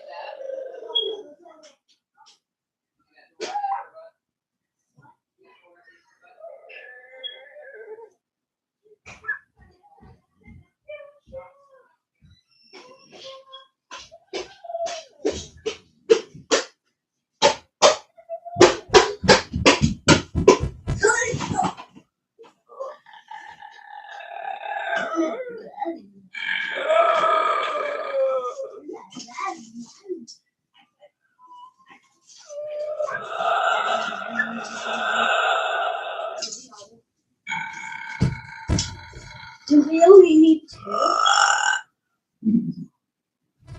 No, we need way more than 2. We need 10 of them. 10? No, 11. 11? Yeah. Oh, 12. There's 11. Oh, what are the needles for those? What? Make sure, don't drop them on the floor like that they're stale. Don't open these, just the ones with the needles. Just take the paper off and make sure they have a needle on them, okay? I have paper towel around here somewhere. Needle 1. There's a needle 1. All right. So here's how this is going to work. I will give the shots. They just had turd bird growling. Turbo was growling. Yeah. Yes, the bird is entertaining. Right? There she goes. 1, 2. How many do we need? How many again? Okay, can you start grabbing these guys? The big ones can go out. They're not due for shots. Aiden, don't throw those. Aiden, if you can't set them down in a nice neat pile, then just hand them to me and I'll do it. Just set them right here on here. Well, they can come over here because I can Where start do you giving think shots. them? Just set them like right outside here and then I can grab them without the puppies getting them. But you and Dad can take the big puppies out. Like And this? raised Alexandrines, learned by alarm, it was awful. But not reach them? You can reach Hey, them, hey. but not reach What do you mean they learned your alarm? My hand raised. Like your alarm clock? What happened? Or your home alarm?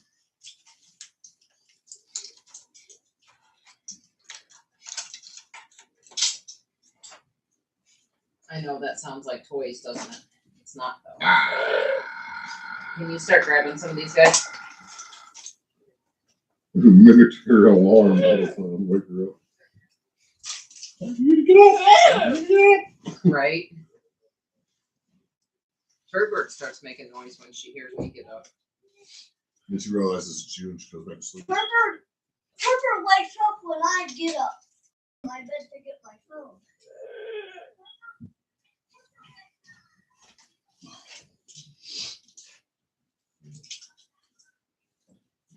Hi. I. Hi.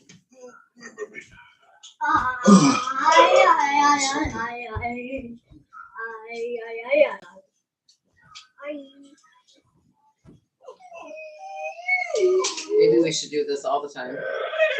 Makes the can opener noise and then yells back to you. That's funny. Birds are entertaining, aren't they? I gave you some more. Thank you, Aiden.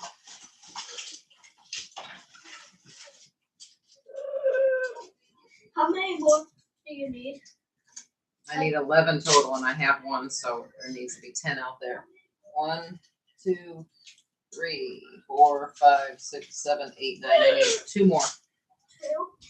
Yep. Just do one. I'm just going to put these in my pocket. Please don't eat the paper towel. Thank you very much. That is for the alcohol. Hey, don't you want stuff?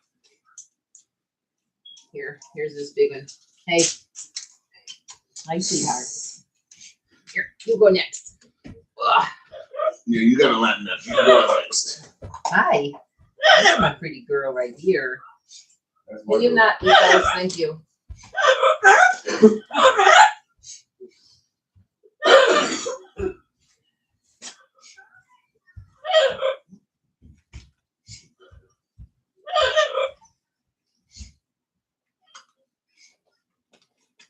Hey, since you're getting into stuff, let's do you first.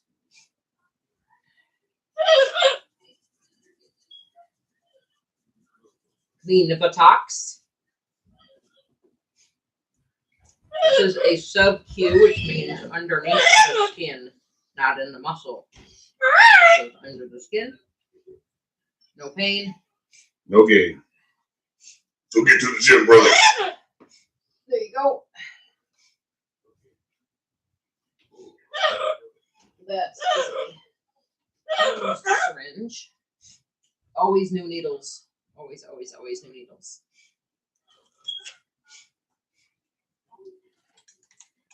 It's going to take a little bit longer to go through them this way, but it is what it is. And then when these guys are about halfway out, they can start bringing the little ones in. And they're going to be hungry, so we'll feed them. Well, we'll get their weights and we'll deworm them, and then we'll feed them because you want to feed them. You don't want to weigh them right after you feed them because you get a false weight on them. My orange. You need me to reach her for you? I got her. Okay. She a big one. Watson from Alabama. No, they don't. They usually don't flinch. If you buy the right size needles, it doesn't hurt. And even when we microchip them, that's like it's probably a 16. I'm speaking with a needle cap in my mouth. A 16 gauge needle, which is pretty big, and they don't usually care too much about that either. I learned in horses that if you just like some of our vets, they would like try and pound, stab, and they thought the pounding would desensitize them. But I found that if you pull the skin tight and gently slide the needle in, that it's not quite as painful, and they don't flinch as much. And that worked with the horses as well as the dogs, especially for intravenous. It works really well.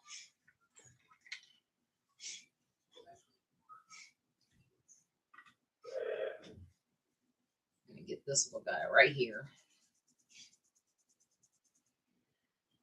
You can go out, and then you guys can all have dinner.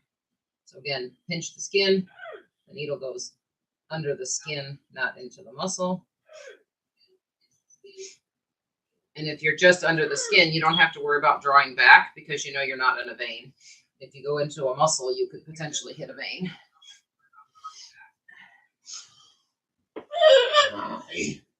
So a lot of newer breeders will just take their puppies into the vets for this, and that's fine. But as you get more experience, you can start doing things like this yourself. And like for us, I believe that there is less chance. Like every time, it's sort of like you go to the doctors or the hospital. Every time you go into a place like that, you kind of risk contamination of some other sort. So they go in at 3 to 4 days for tails and rear dew claws. And other than that, they go back for a vet check and their ear crop. And I don't like to expose them to vet clinics and things like that unless it's necessary. So since giving our own shots is pretty easy, it keeps the puppies home and away from any possible contamination.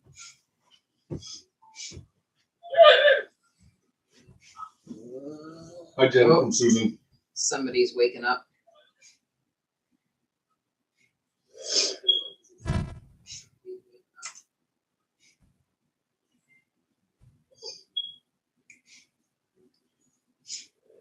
I'm gonna draw up, No TikTok, where's the love? drop a couple shots here. We'll do 2, and that might save some time. At least save me trips. Well, I don't know that you want to carry 2 at a time. Carry to it on the way. Oh, did you? Yeah. You are stronger than I am. They're only like, Yellow is over here dreaming. they're probably what, about 10, 12 pounds? Probably? These Average. guys. Yeah, we'll know tomorrow because I gotta start deworming them. I don't like to do shot. They are due for their 6-week deworming, which is done with a product called well, Safeguard is what we use. Panicure.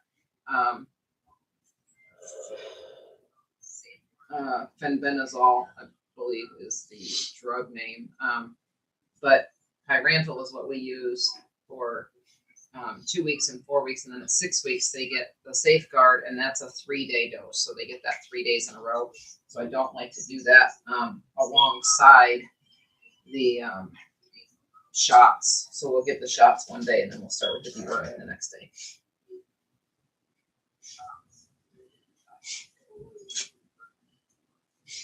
All right, 2 more.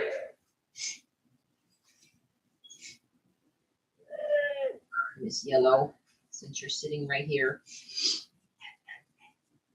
She's like, I'm cuddling. Why do I have to leave? People. Let's get some contributors. Who's going to give us some balloons and some presents and stuff? All right, Yellow is done.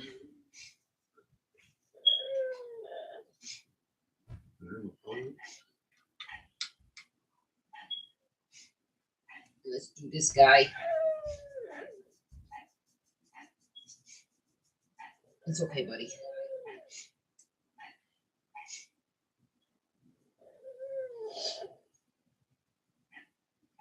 You going back to sleep? He's super affected by getting a shot, you can see.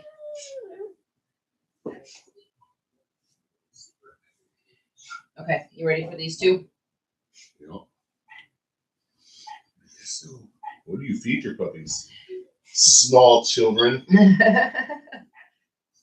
They are on Inuk Shook. Told you, small children. That's Canadian for small children. Karen, this is Yellow. Are you still watching this? And we got Yes, we have a lot of opinions when it comes to raw versus kibble. So, gosh, I'm gonna have to go blow my nose. Oh, well then let's wake him up nice. Yeah, you just don't want to snatch him up. You can wake him up nice. Hey, can you wake him up? He's like, no, I'm not waking up. I'm sleeping. I'm sleeping. I'm sleeping. There you go. Okay. Maybe a towel. Hold on. Excuse me. 1 second.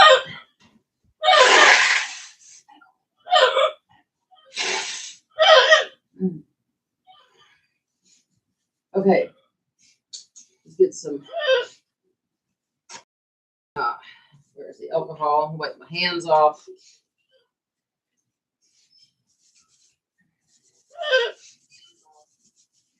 Okay. More shots. So, I don't like straight raw feeding for puppies because puppies cannot store nutrients, which means every meal they eat needs to be balanced. So we don't really know when feeding raw exactly what's in there if you're making a homemade raw diet. So what we recommend, because the fresh ingredients are good for them, what we recommend is doing a high quality kibble. And then 2 days a week, we will supplement one meal with a pre-made raw. And that'll give them some fresh ingredients, but not lack on nutrients. Now, after they're 2 years old, they can store nutrients. And what that means is that like they need raw feeding is a percentage of meat versus bone versus organ and secreting organ. Like a lot of people don't know, but heart, for purposes of raw feeding, is not organ, it is a muscle. So that wouldn't be fed with organ. But when you're feeding organ to adults, you can do it like 1 or 2 days a week to get that percentage in, because they can store those nutrients, whereas puppies can't do that. So I don't like straight raw feeding for growing dogs. I do think it's a good thing to supplement. You can also supplement while they're getting their balanced meals. You can also give them some chicken leg quarters, things like that. And it's good for them. The bones are good for them, for their teeth. Raw bones are great for their teeth. But after they're 2, if you want to implement either a pre-made or a homemade raw, I think that's a great idea. They do really well on it. In fact, I was just speaking with, I don't know if they're on, but a family in Puerto Rico, and he owns a grocery store and has access to all kinds of fresh produce. So that puppy is not going to lack for fresh ingredients at all. All right, we'll do 2 more. Actually, maybe I'll just draw these shots up while they're sleeping, huh? That'd be a good idea. Anybody got any more questions so I can keep yakking while I'm drawing these shots up? Anybody on TikTok got any questions? Anybody? Anybody? Yes, no, maybe, possibly? We're on, if you haven't figured it out yet, we're on YouTube and TikTok. TikTok's only got 3 billion ones. TikTok gets really busy, oddly enough. Like sometimes we'll do bottle feeding late at night. What breed? It is Cane Corso. But TikTok gets really active. Like we're up stupid hours feeding these puppies. So we were on one time. We started at 11 o'clock at night. We were on until like 1 o'clock in the morning, and the feed just kept growing and growing and growing. The later or earlier, I guess, however you want to look at that, it got. Which was kind of ironic that was so many people on at that time, but it is what it is, I guess. Friday nights, I guess a lot of people are busy doing other stuff. So yeah, we like. They are 6 weeks old. Inukshuk, puppy selection process. Okay, so let's do the kibble first, and then we'll talk about temperament and selection. So we like the Inukshuk. We've fed a bunch of different kibbles over the years, and for the puppies. And if I tell you I see a drastic difference, I'd be lying. We fed the Pro Plan for a while. Now, Pro Plan has changed their formulas, and we couldn't get the palette of Inukshuk in. We ordered it comes out of Canada. That's one of the other reasons why I like it. Canada's a little bit more strict on their what they allow in their ingredients, both for people and animals, than what the States is. And Europe is even more so. So we like the Inukshuk, but we had run out, and I just didn't have the money to get the whole pallet in.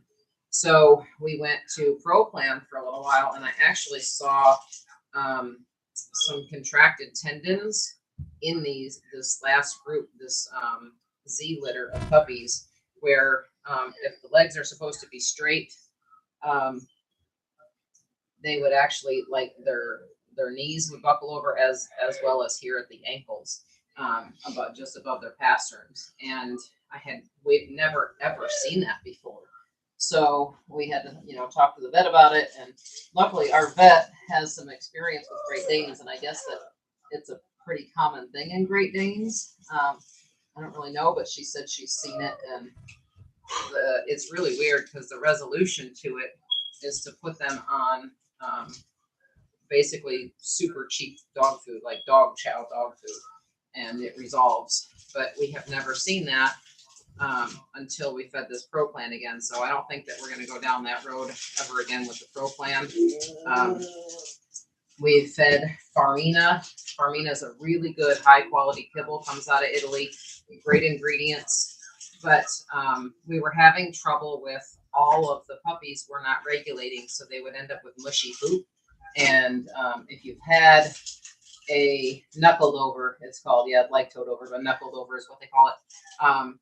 But if you're trying to potty train a puppy and their poop is mush, it is just really problematic in the house. And we like for them to firm up and stay that way. So we came off of the Farmina only for that reason.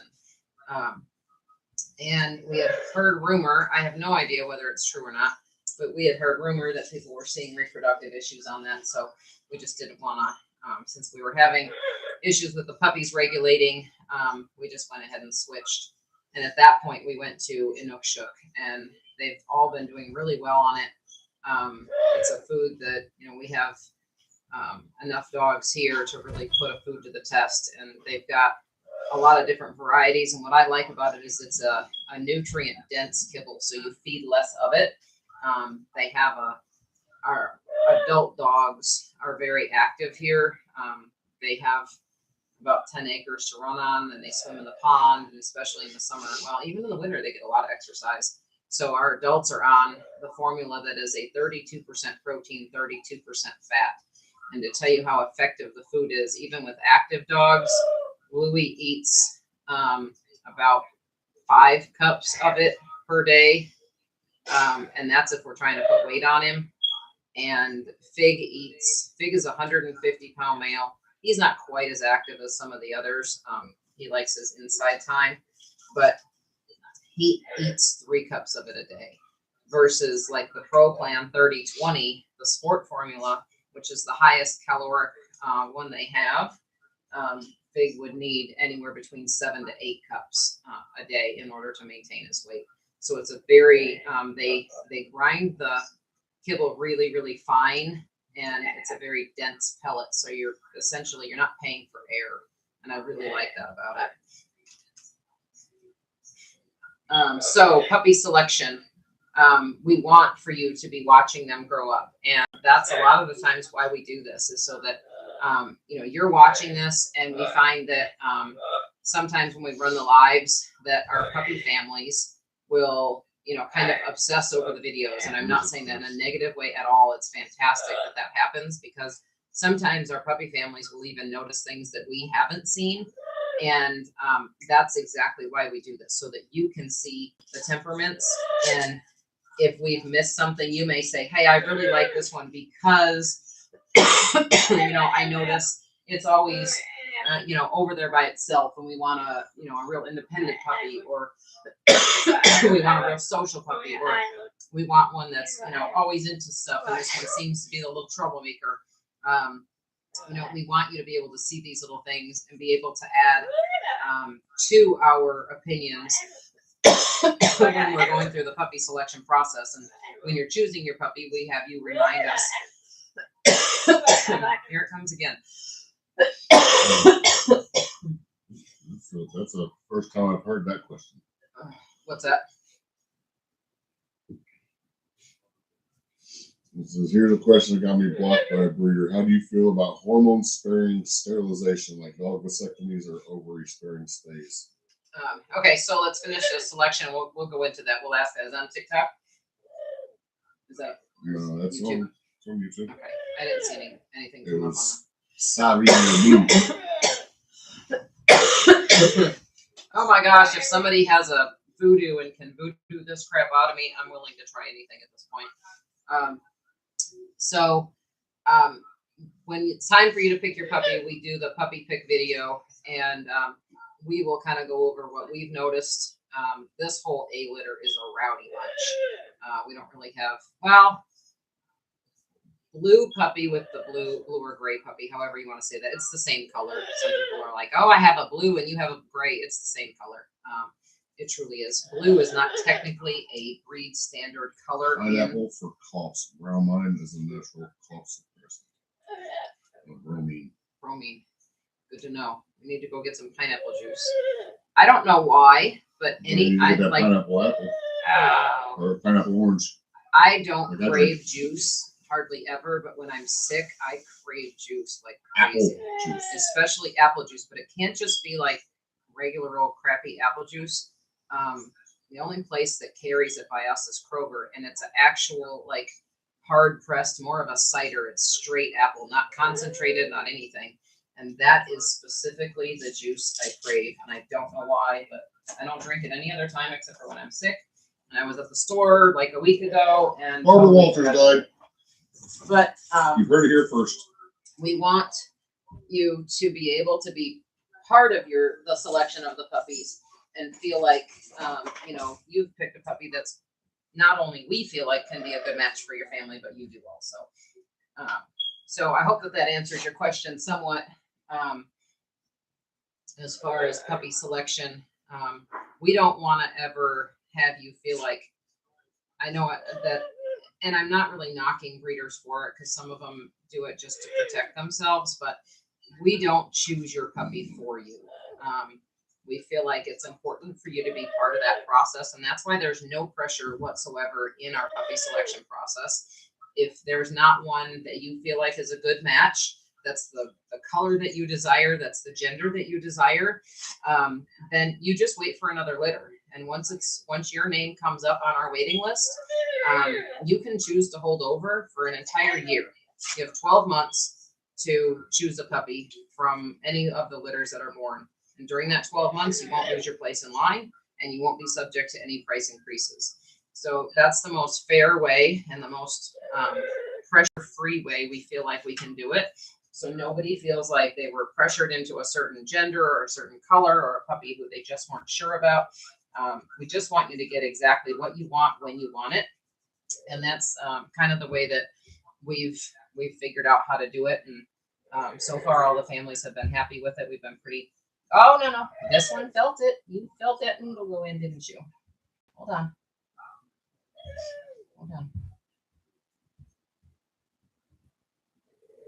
I do not like how that went in there. I'm sorry, buddy.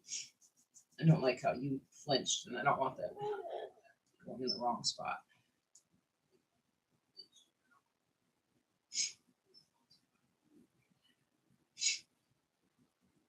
Sorry for the second stick. Why is this not?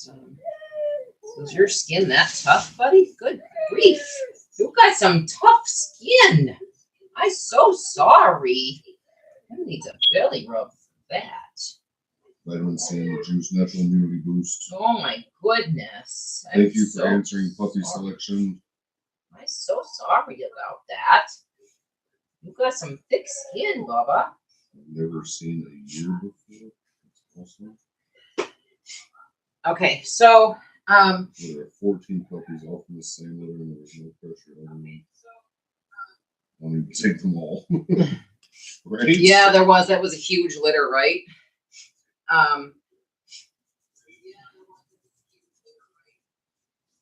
Amazing dogs in that litter. I will never ever forget that litter.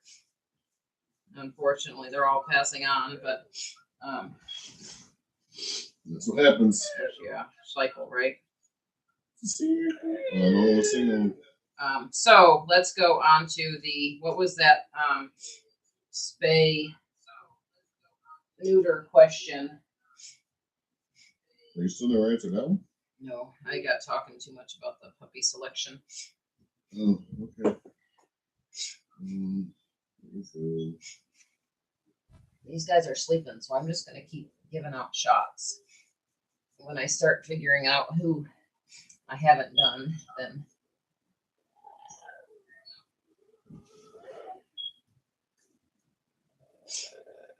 be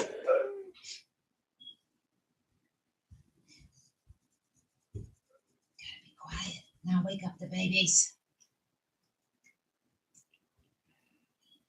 Well, that was from Sabri Year Blue. Here's a question that got me blocked by a breeder. How do you feel about hormone sparing sterilization like dog vasectomies or ovary sparing stays? So it depends on why you are doing the spay neuter. My experience with hormones in females is that the hormones can. Why do I have 4 shots? And probably because Aiden counted wrong, right? Probably. I didn't count them as I was drawing them up. I know everybody's gotten them. Are you missing one? I have 1 too many, Because I had one that was which over is here. fine because I can give one to Barbie. Yep. Anyways, so the hormones in a female, hold on, baby. I need this other hip over here, can feed mammary cancer. So it depends on kind of why Nice, Teresa. why you're spaying.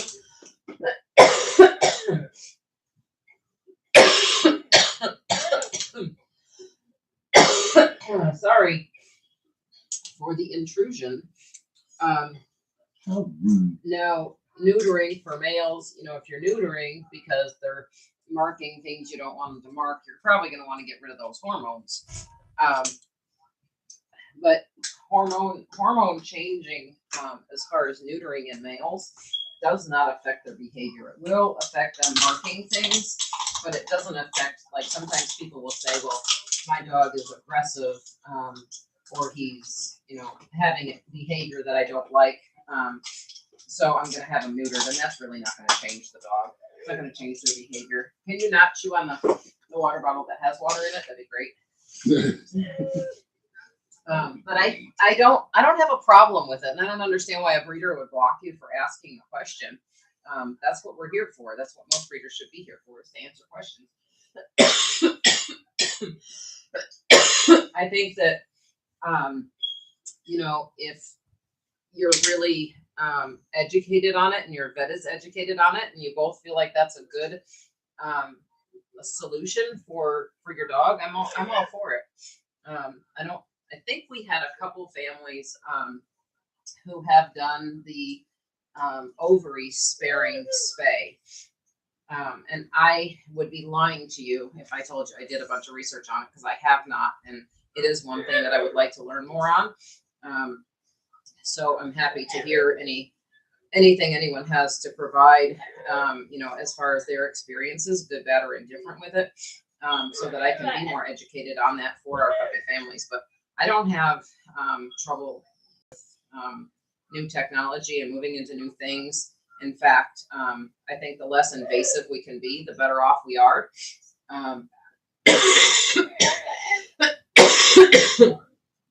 So we really like these puppies. You just saw them go through their vaccinations, and definitely not anti-vax here. We feel like they definitely need their vaccines to protect them from what the world has in store for them. But I also, once they're fully vaccinated, so they'll go through their whole first cycle of shots, and then that second year, we tell everybody to the parents are Erica and Figgy, same father as this litter. So we tell everybody, if you can afford to, it is a little bit more expensive, but instead of just doing vaccines again, run titers, because we've found that the annual vaccines will last generally 2 years, if not more. And certain states, like Tennessee is a state that requires rabies every year. But they are finding that the rabies vaccine will hold through titers for 3 to 5 years. So I feel like if Oops. what'd you say oops for? The battery died on TikTok. Oh, Sorry, but I feel like if there. we can not put additional vaccines into them that they don't need, and running the titers tells us whether they have that immunity. So it'll a titer holds the amount of immunity that the dog or puppy will still have, and it'll tell you whether there's enough, the level is high enough to hold through that next year. You want to start running them out so we can get the bee litters? Watching folks get the light blue collar brindle board. So we like running titers after the first whole, you know, the initial set of vaccinations. because it does prevent that over vaccinating that can happen. Over vaccinating has led to seizures. We also are tell people to be very careful of some of these new flea and tick medications that have. One of our families actually had a dog that had a seizure. They contacted us and they said, you know, basically the vet said, get a hold of your breeder. They need to know about this, and you know, pretty much just put it on the breeder. And we couldn't figure it out because like no one else had been affected. It wasn't a I believe it was a breeding we had already done. We hadn't seen any problems. And so we got digging a little deeper, and they had just given the dog, I want to say, is it Simparico or something like that? That is a flea and tick medication, and it is one of the main side effects of it is seizures. And so they went back into their vet with that information, and the vet was like, oh my gosh, I'm so sorry. I don't know why we didn't even think of that as a cause. They eliminated that, and the dog has been fine. Do you do heartworm prevention? I've heard you can test every 4 months and not use the prevention. So for us, with our number of dogs, it is not cost effective to forego treatment. So our vet has told us, I would rather you treat than test. So that's what we do, not all year long. Hey, ready to take them out? Not all year long, but if you have your own dog, depends on what region you're in. You know, if you're down in Florida or you're in somewhere swampy, I wouldn't probably forego the treatment. I would definitely give them that. So heartworm prevention is a drug called ivermectin, and that has been around for a very, very, very long time. Very low side effects with it. It's super effective. And it can be given at very high doses before toxicity is reached. How do I know that? Because I'm human. And one time I had gotten, it was the very first time we started doing what they call like herd dosing is what they call it in large animals. So rather than giving a HeartGuard pill, we get the actual drug ivermectin. And it is 1 ml per 100 pounds. And I am used to dosing things at 1 ml per 10 pounds. Mm-hmm. So, you give a shot to? Huh? You give a shot That's to, the one shot I have left that Barbie can have. So long story short, I gave Tate, my heart dog, Scudo's mom, I gave Tate and Uno both 10 mLs. And then take these out before you. And then I was rereading the thing and I freaked out and I called our vet, and luckily we have a good relationship with our vet, and they answered the cell phone for us, and I was like, oh my gosh, did I just kill my dogs, and what's going on? And I know the hydrogen peroxide to make them throw up, and he said, honestly, I really think he'll be just fine, but if it'll make you feel better, you can go through the hydrogen peroxide protocol and you can make it float up. Well, Tate was smaller than Uno. So Uno was about 150 pounds and Tate was only about 115. So I went ahead and gave her the hydrogen peroxide, and yeah, a little different than 1400 brand animal, right? I gave Tate the peroxide and I did make her throw up. And she didn't have any side effects, but Uno also did not have any side effects. So I think that that was really good information that I learned from the vet, at just how high of a dose you can give without hitting toxicity levels with that drug. It's a very, very safe drug that's been around for a long, long time. Oh my goodness, I'm so sorry to wake him up. This is the one that was sitting outside with me while I was power washing. He was sitting on I call it their front step, right outside the doggy door. He was sitting right there. Weren't you? You ready to start bringing the little ones in? Jerica's. Erica's. Oh yeah, there you go. You're not gonna help bring them in? Really? I said I'm not ready yet. Oh well, we only got these two left to go outside. This is a girl. You are a beautiful girl, you are. Oh my goodness. He said, don't wake me up. Don't wake me up. There's a belly rub. Okay. Little belly rub. I know, guys, it's taken forever, but these moments are important. If you end up with one of these puppies, these little moments are super important to them. Okay, instead of just snatching them up and carting them around, they need some love.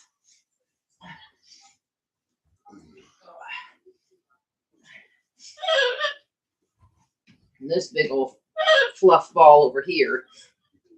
Hey, Figgy Jr., you look just like your papa. You look just like your papa. Oh, come here, buddy. Oh my goodness. Oh my goodness. I'm so big. I'm so big. Okay, so we're gonna go get the bee litter. Yeah, do you want to go outside? Get some dinner? He's like, nope. They're not technically going outside. They are just going out to the pen, which is in the addition. All right. Which is enclosed and climate controlled, walled. Yes, enclosed, climate controlled. They don't go outside. They do go outside, but they go into a artificial grass, 3 foot above the ground. They have lights out there. They have heat out there. They have fans out there. Yes, they're a little spoiled.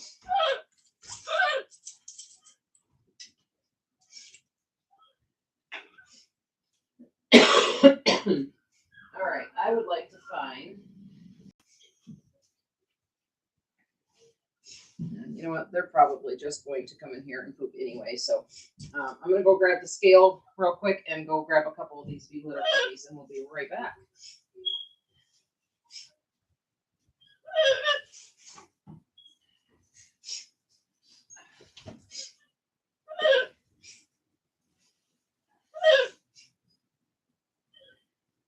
Hi, Dora. You ready for the babies to come in?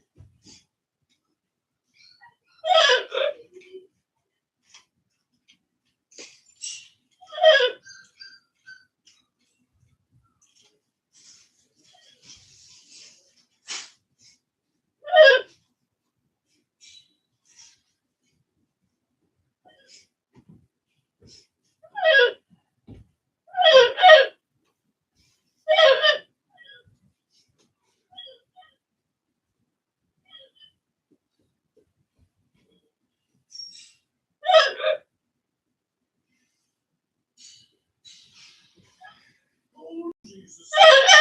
I hope your mama's in there to get you. You're gonna go crazy.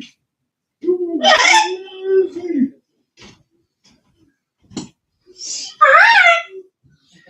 Hi. Can you scoot? There's Oz. And Donnie Brasco.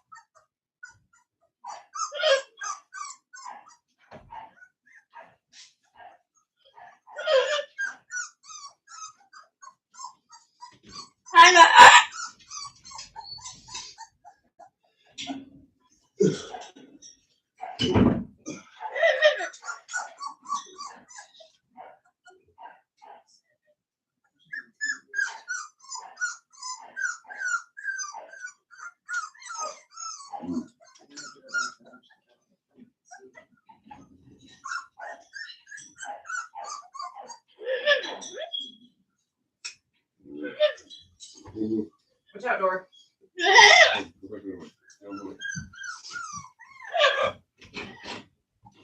All right, let's get a weight.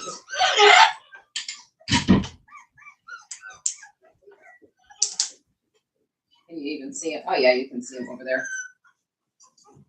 Okay. This pointed one is a bigger puppy. I'm gonna go weigh him quick.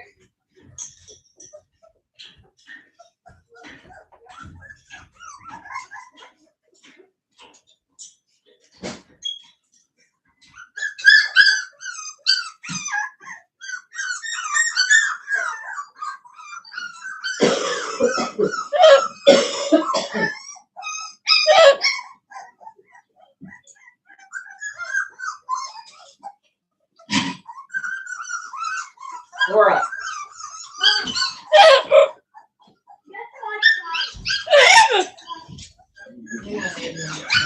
Hold on. Don't touch it.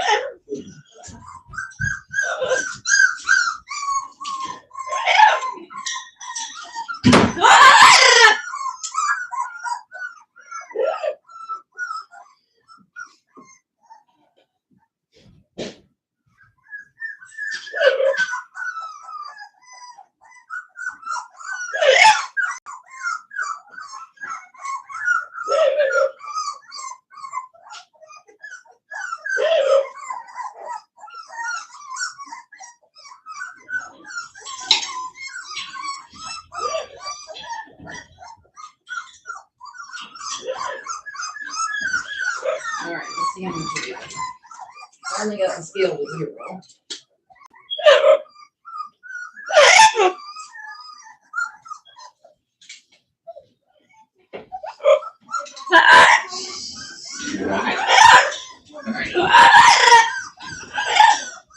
Hang on. Puppy.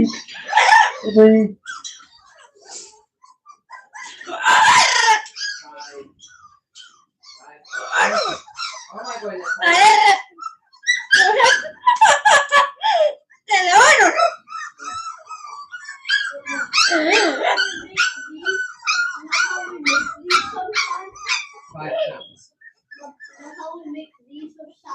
Yep. That's what I'm doing this time. What? I'm doing it with barbecue. Oh, okay. Sounds Dora, come on. You gotta move. Just sit on the couch and eat, okay? Don't take that in the bed, please. Oh, well, Sit down here and eat on the couch. I'm getting my phone. Make sure Dora don't even sniff it. Okay? Yeah. All right, those 2 are 5 pounds. This is the big blue male. He is a big old moose. This is Pink. She's a female. She doesn't have a collar on. But we know who she is. You go, yeah. But no.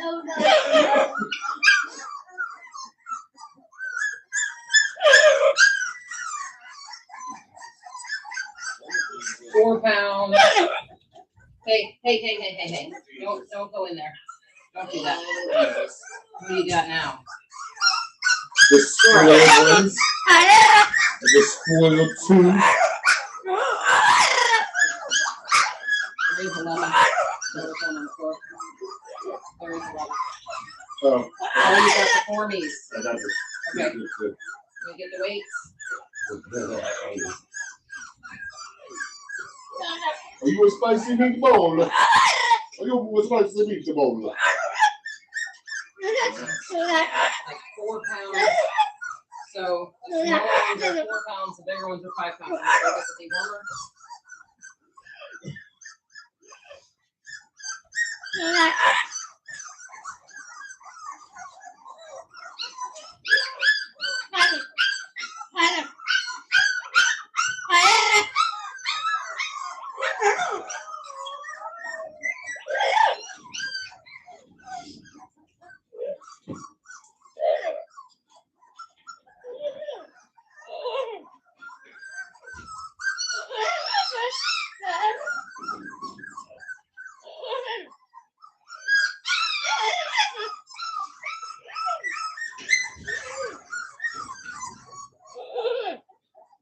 Oh, I think I know what. Yes, Corn Cup is a man. I call him Donnie Brasco. I don't know why. It's just the name that came to my head when I seen it.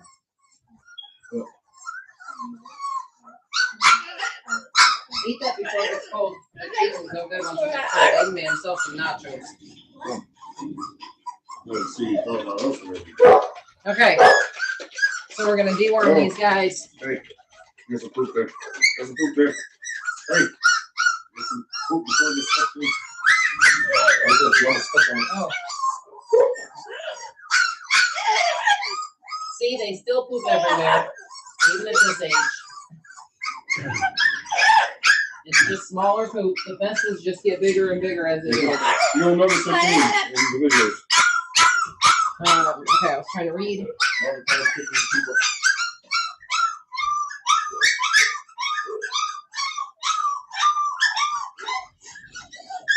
Oh. I have watched previous videos and he loves Piggy. My favorite is Louie. We love Louie. Louie is getting to be very big, and he is going to go out. Oh yeah, Brett, we get to. How many people are on here? Only 15. Well, the 15 of you, we have not announced that Louie's hips came back excellent, right? Great. Let's get some hand claps going for Louie and his excellent hips. We've had mostly they come back good, which is what we're looking for. But excellent is pretty rare in this breed, so we're pretty excited about that. Yeah, grandmother Tina had excellent hips as well. Fig's mom had excellent hips, and Fig has good hips. Louie's mom. Why can I not Gypsy? She had good hips as well. So I gotta shake this really good. Anything that says, just so you know, if anyone is breeding or looking to breed in the future, I can't get that to focus. Maybe right there. It says oral suspension. Anything that is suspension means that the drug itself will settle to the bottom, and you have to shake, shake, shake, shake, shake to get that mix good. The one vet that we used to go to said put a marble in the bottom of these bottles, and this is Pyrantel. You can order this just about anywhere. Amazon, vet supply stores. This is what you use for 2 weeks and 4 weeks for deworming of the puppies. The dose is 1 ml per 5 pounds for puppies, 1 ml for 10 pounds for adults. The adults get wormed at the same time the puppies do, because if mom has worms, she will pass it on to the puppies. So shake, shake, shake really, really good and get that all mixed up real good. So since we have a lot of these guys are weighing 5 pounds, they will get 1 ml. Pretty easy to dose.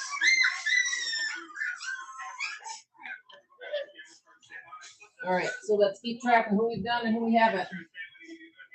Big Blue Boy first. They love this stuff. It's sweet. It's sticky. They really like it. All right, so there's the Big Blue Boy. I know that the pointed puppy gets Aiden.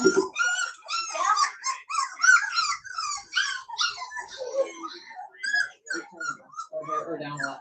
There's a pointed puppy. I know you're 5 pounds also.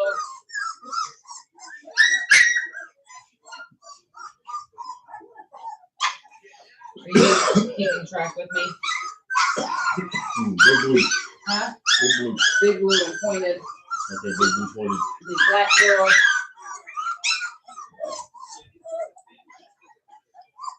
And we can get some bottles and feed them. Here is Red.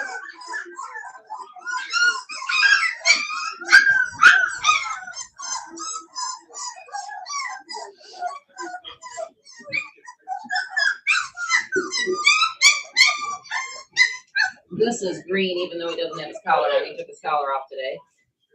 Hold on, buddy. You gotta open your mouth first. Hold on.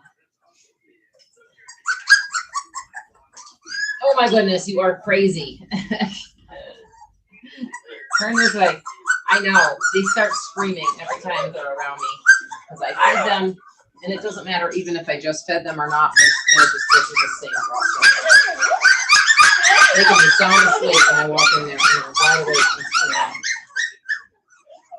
Pinky?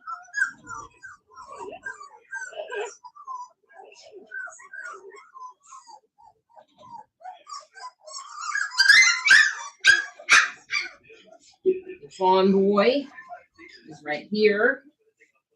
And then I'll show them all to you as soon as we get them dewormed.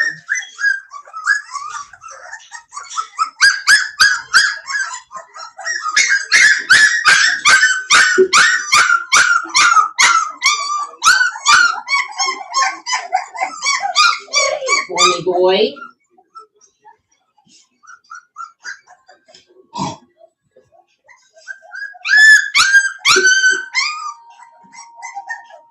Horny girl. She's a little bit of a more, she's got more tan to her. We haven't got to do orange yet.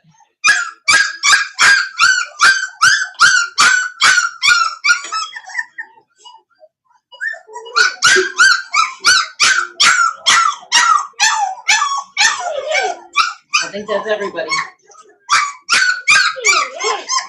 Is that everyone? Yep. Anybody watching, that should be everybody. That should have been 10. We see the blonde boy. Yes, let me get this dewormer put up. Just gotta go back in the fridge and I'll be right back.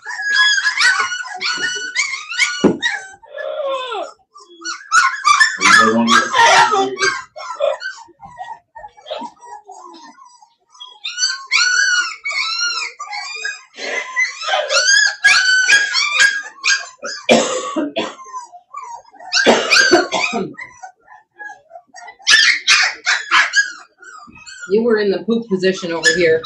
You little teeny tiny piece of poop. Little teeny tiny piece of poop. Okay, where are you, buddy? Here's the fawn boy. He's the fawn boy.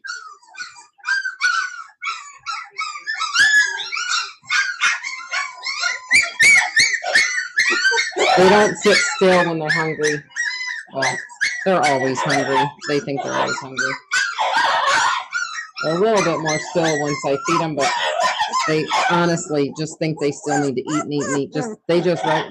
At this point, they think meat and they think food. So anytime I pick them up, they just want to eat. Here, I can stick my finger in your mouth. Then you hold still. Can you hear them?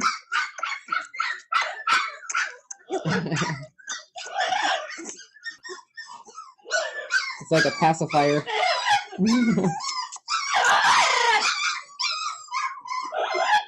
I know that light is not ideal.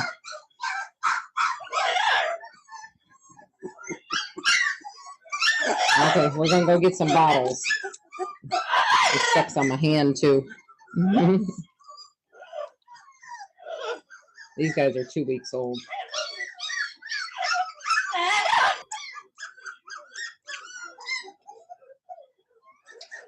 Wormy girl who is an eager eater always thinks she is starving.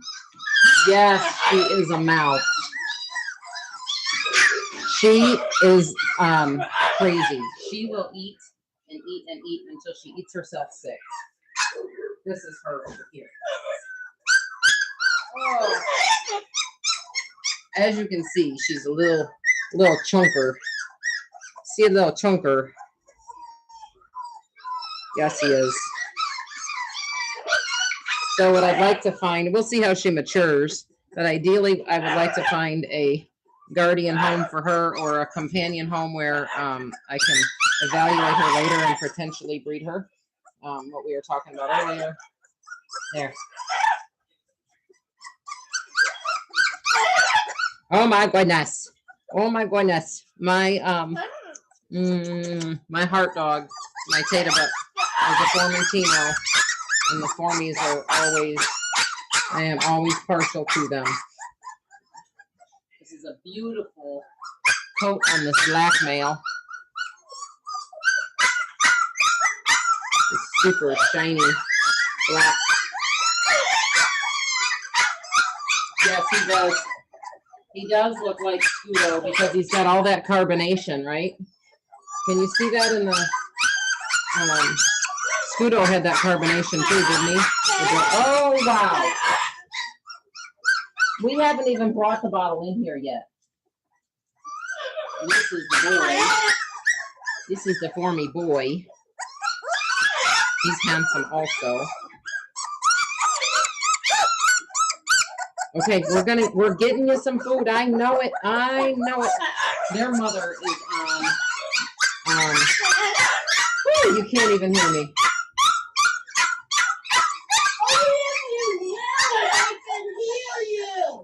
This is a black girl. She's gonna be colored like Fig's sister Envy. She's got like almost silver that goes through her. Can you see that at all? She's got like almost silver hairs, and that's exactly how Envy is. She's got a few like silver hairs in her body. It's really a neat color. And this is in Fig's line.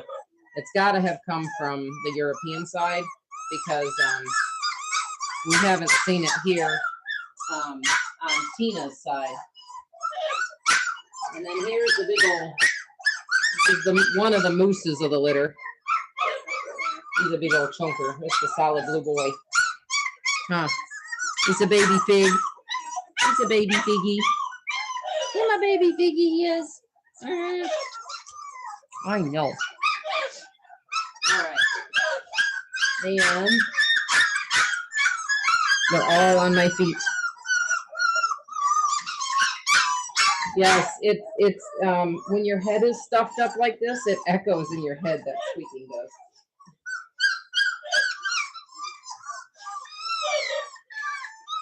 And here is the pointed boy.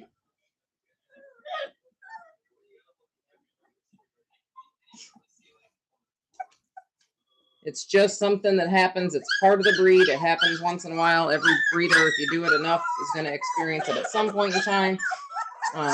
These dogs are not sold into breeding homes, but they are just fine as companions. They're beautiful. They're happy. They're healthy.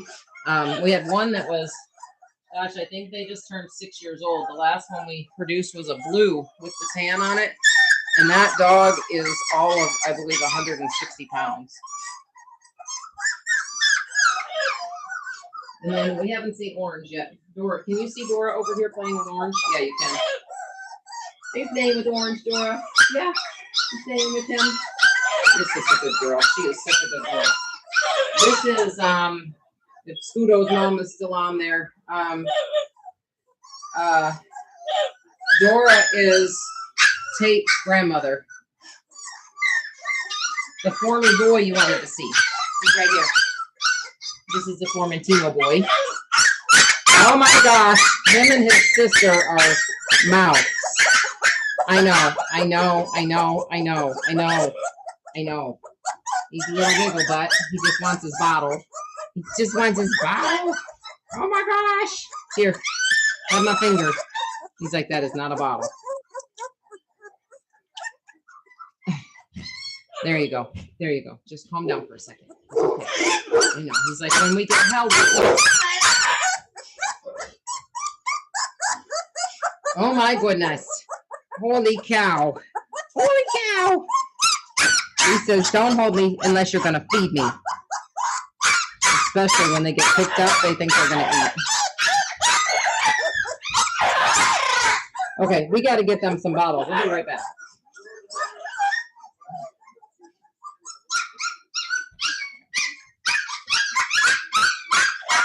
To pick a quiet one, right? They're all like this at this age because I am food and they just want to eat. But yeah, we can definitely you'll be able to watch them too. You'll watch them. These puppies. Shush, shush, baby, shush, shush, shush, shush, shush. I know you're a loud one, aren't you? These babies, are they related to Scudo? Let's see. So Scudo was Tate and Chino. Their father, Fig, is, his mother is Tina, and Tina is a daughter of Chino. So yes, but a couple generations back. The other side, no relation. But their sire Fig goes to Tina, who is by Chino, who was Scudo's father, if you follow that. Same with the A litter, same father. So they're related through Tina. I have Chino's picture right here for anybody who wants to see him. We have our, it's supposed to be a liquor cabinet, but we made it into a, it's like our, where we keep all the ashes and stuff. There's the Chino. Hang on, I can move that. Maybe it'll help the picture. There, can you see him? There's Pacino. Yes, he was just as big as what he looks. And then I got my Tata Butt over here too. Hold on. Bird, don't bite me.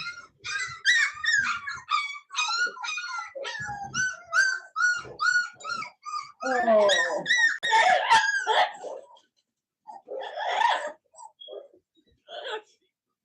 All right, let me not step on puppies. I'm back up here. And my Tata Butt. This is Tata Butt. There's my beautiful girl. She is the foundation of this program, and Dora is really all I have left of her that close anymore. That's my baby. That's my heart dog right there. She will forever be the one. There she is.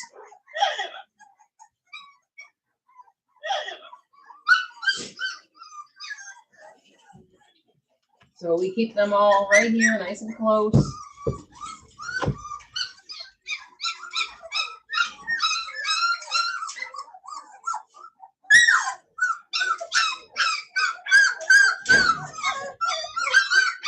So even when they're not with us anymore, yes, yeah, they are.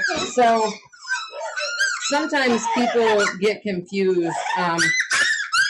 There are, whoa, we don't utilize, my goodness, here now.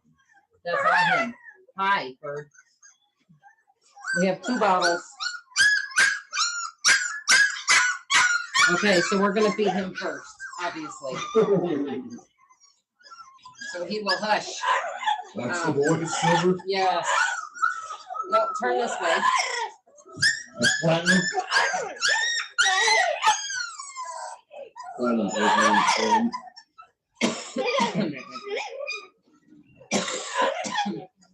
All right. All right. Let's do the 2 first.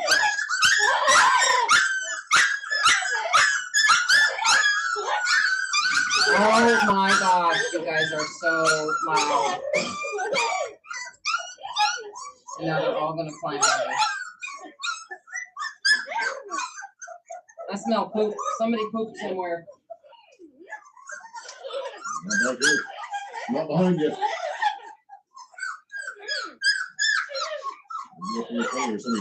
The Italian line. So the dogs that are, we use 90% imported lines. So the breeders in Italy, where this breed originated, have sold their dogs to all over the country. So, or countries all over the world. So you don't have to go to Italy to get a Corso any longer.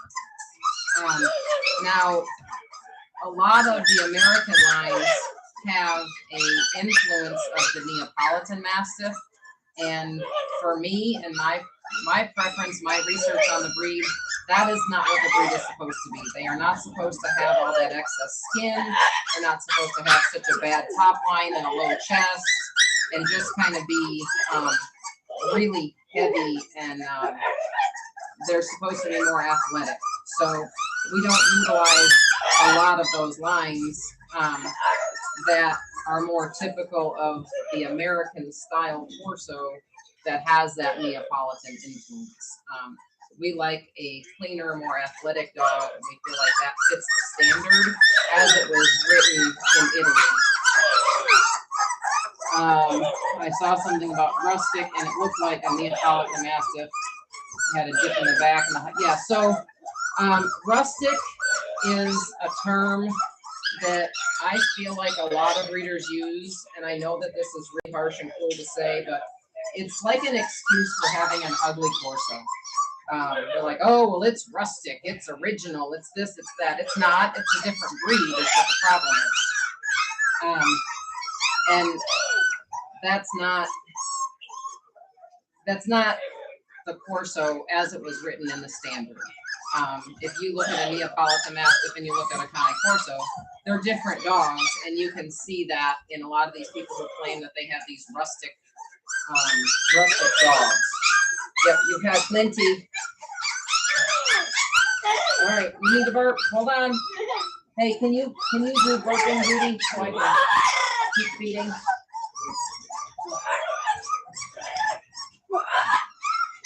All right, here's one. Oh my goodness, you are a mouse.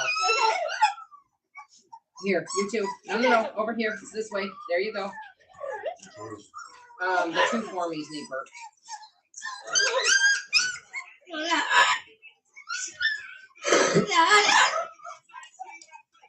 So everybody kind of breeds for what they feel like is right, and that's, you know, every breeder has the right to do that, and they can breed what, you know, what they feel like the breed is, but they do have a written standard for a reason. I saw one, I don't know, it's a website or a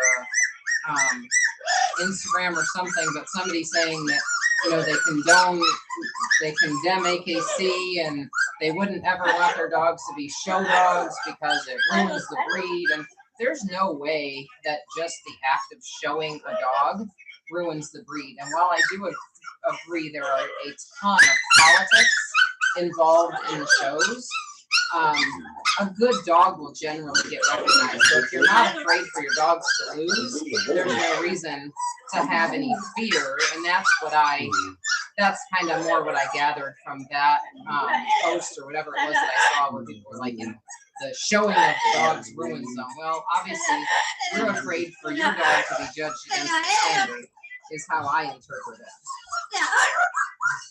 How many burped you? You don't get to eat again. Yeah, she's already up here to eat again. You don't get to eat again. Like, how many burped? Yes, confirmation and structure. You're afraid for your dog to be judged. The written standard as for confirmation and structure against the standard. And that's what the judge's job is supposed to be. Oftentimes they do get swayed from, you know, different handlers. It's very, very, very political in AKC. Now there is another venue that I'm trying to, let's see.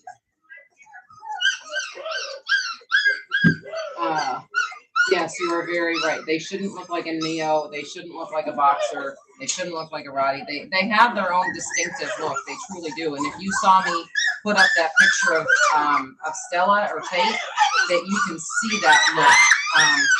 And she was a truly Italian bred dog. They have level top line, tight feet. You already ate. You already ate like 4 ounces. You ate.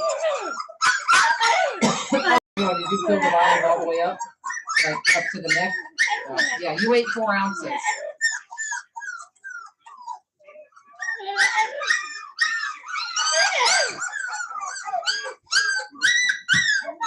Here's this one. That needs work.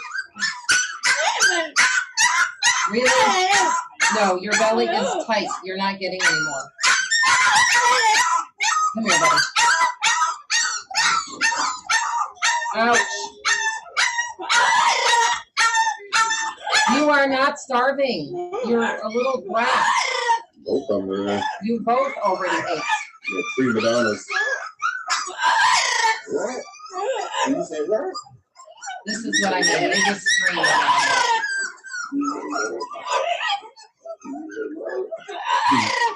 Yes, I agree with the Surrey Blue. I think that's the name on there.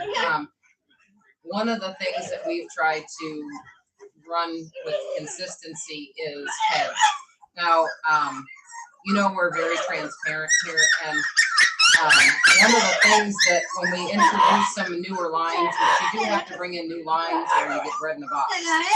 Bread in a box. Bread box. Jeez, oh, jeez. You do have to introduce new lines here and there. And the one thing that I need to correct from the new line that we brought in from Russia is the eye has gotten a little bit round. But the great thing about that is when we go back into our lines, so we outcross and then we come back into the lines that we know, those lines don't have that shape eye. So that's something that, you know, it's a minor thing. It's something that I'm sensitive to, but most people never notice. Where'd you go? Here you are, buddy. You can finish this one. But that, you know, that is something that I've seen is that I get a little bit less almond shaped. And so we'll work on correcting that for, you know, in anything we keep this breeding stock that may have that. It's a pretty easy fix, especially when you have really solid heads. Hey, you already ate. You already ate. Your belly is tight like a drum. You can't fit any more in there. Well, I guess you could fit a little bit, but you ate a lot already. You did. Look, Sissy's tiring out. She's realizing she's full. Let's see, how large do your males generally get? I feel like large size variation. Yeah, so some breeders breed for size. We do not. Okay. All right. Hold on. All right. The bird is singing. Did you get a bird?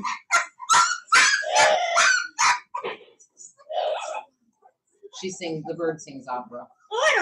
Whatever. And says whatever. Whatever, bird. All right, that's it. That one's empty now, too. See what I mean? It doesn't matter if they've eaten or not. They just constantly scream and want me. So we don't breed for size.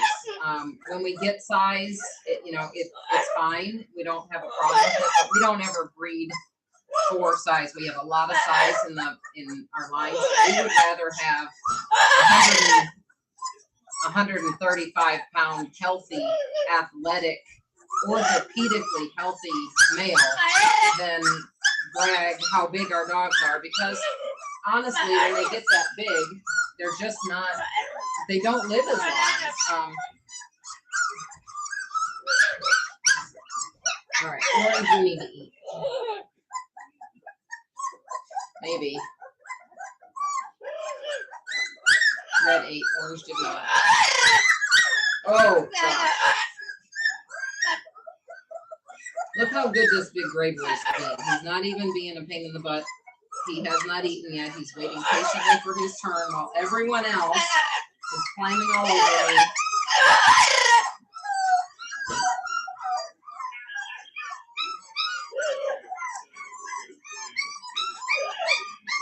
Yeah.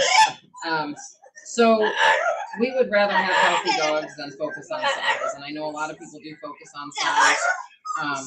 And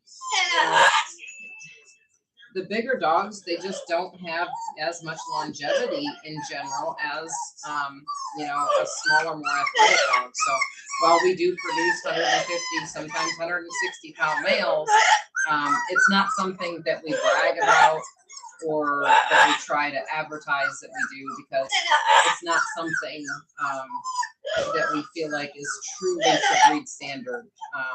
You get those few that are exceptionally large, but a nice, well put together, emotionally correct, temperament correct, structurally sound dog is great. If they hit 150 pounds, that's about where the breed, is supposed to max out. I think Pacino was 155. Fig is 150. I think he's 145. So they're good sized dogs, and I'll never forget, we had somebody come here.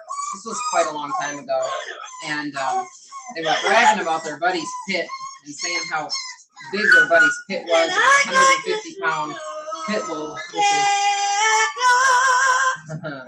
150-pound pit bull. It's hard to imagine anyways, but we brought out Uno, and I don't even know if you can hear me over all this.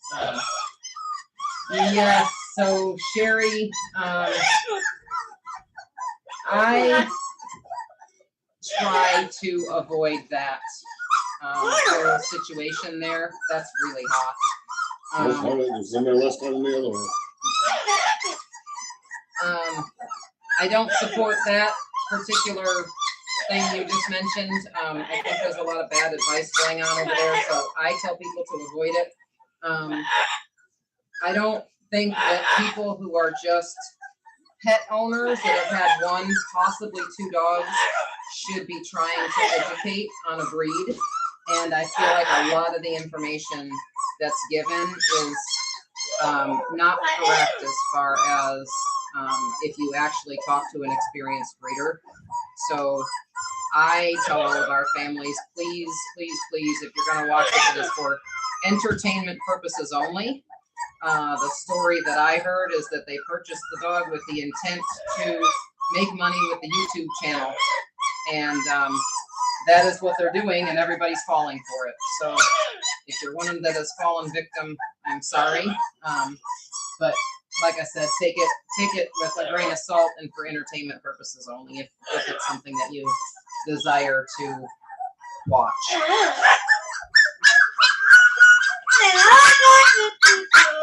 you want to watch,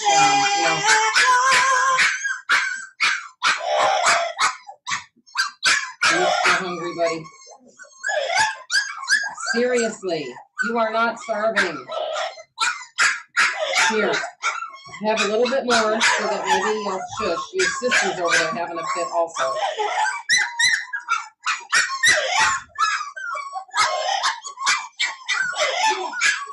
You want to sing us a song, Turd Bird? No, you don't want to sing us a song? Are you telling the puppies to be quiet? Are they disturbing your peace? Are you ready for bed? But there are a couple. There's one breeder. It's not a trainer, it's a breeder out of the UK. I saw a couple of his videos, and they were pretty good. So rather than watching these channels that are giving bad advice or just literally doing it to make money, watch some of the breeders who are actually giving good advice and good education, that have had their hands on. Like I tell people, in our years, we have had so many Corsos run through us. But I mean, keep in mind, I know mostly for entertainment, but keep in mind that when you're watching them for entertainment, you're supporting these people and they're giving bad information. So you're encouraging them to continue doing what they're doing. And we as breeders that actually have knowledge have to mitigate all that bad information of people who have seen their videos.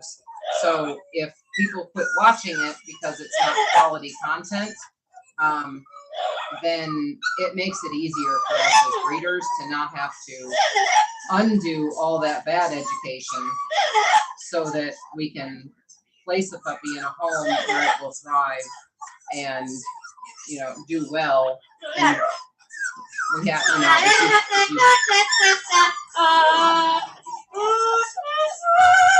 thank you, Turd.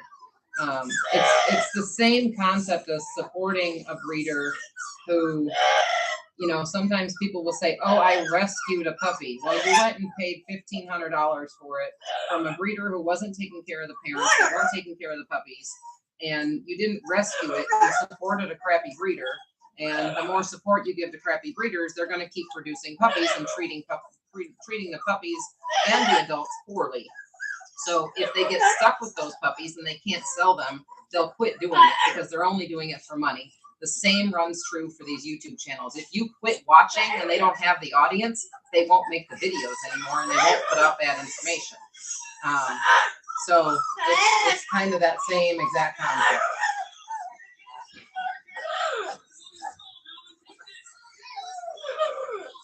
Peach is her female.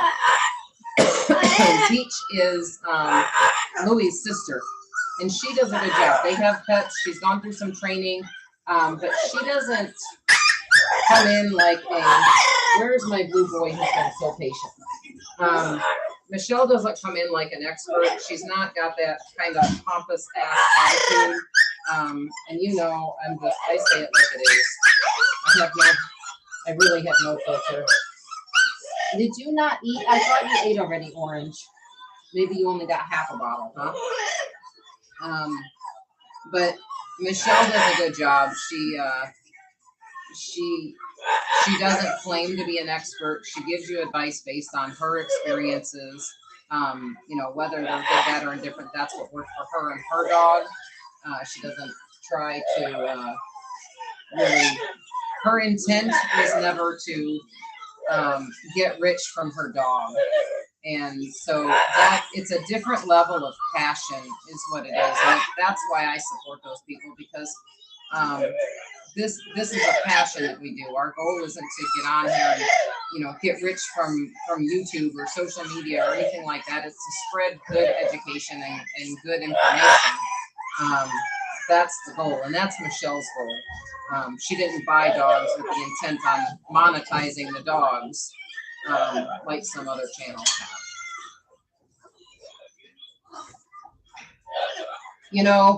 When they came here and we talked about ear cropping, and we went back and forth, and I said, if you're that on the fence about it, I think just leave them, because I said, I think that your audience, YouTube audience, period, would love to see a Corso without the cropped ears.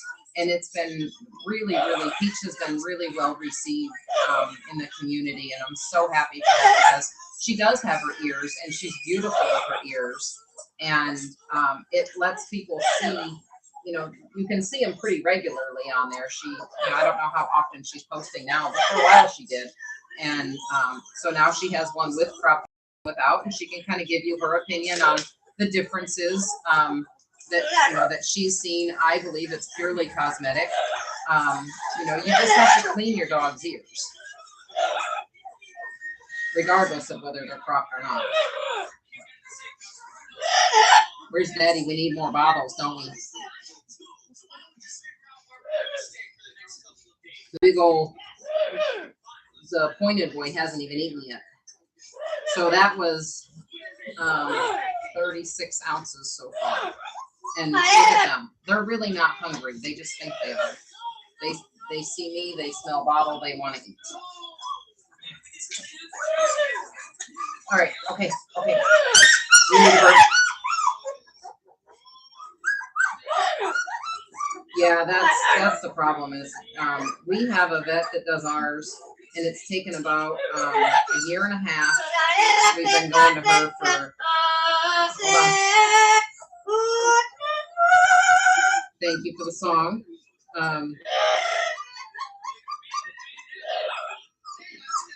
Was it you that I topped off, or your sister?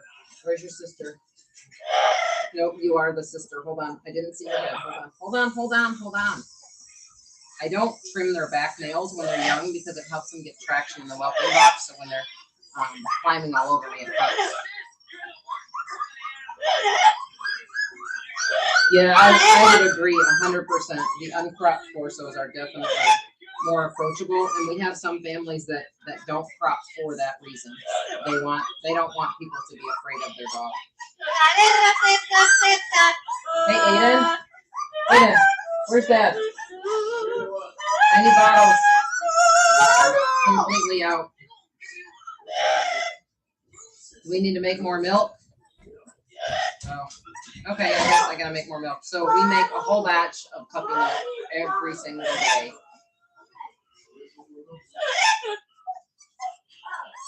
So yeah, our vet that we use now has gotten the crop that we like down pat, and she's doing a really good job. Look, none of you are starving. I will get more, but I think we have to make more. You scratch the crap out of my legs. But she does a really, really good job, and that's why we do offer it. We've gone through 3 vets. The one that we used that was up in Ohio, we didn't have to tell him. He just knew what he was doing. Take a nap. Take a nap.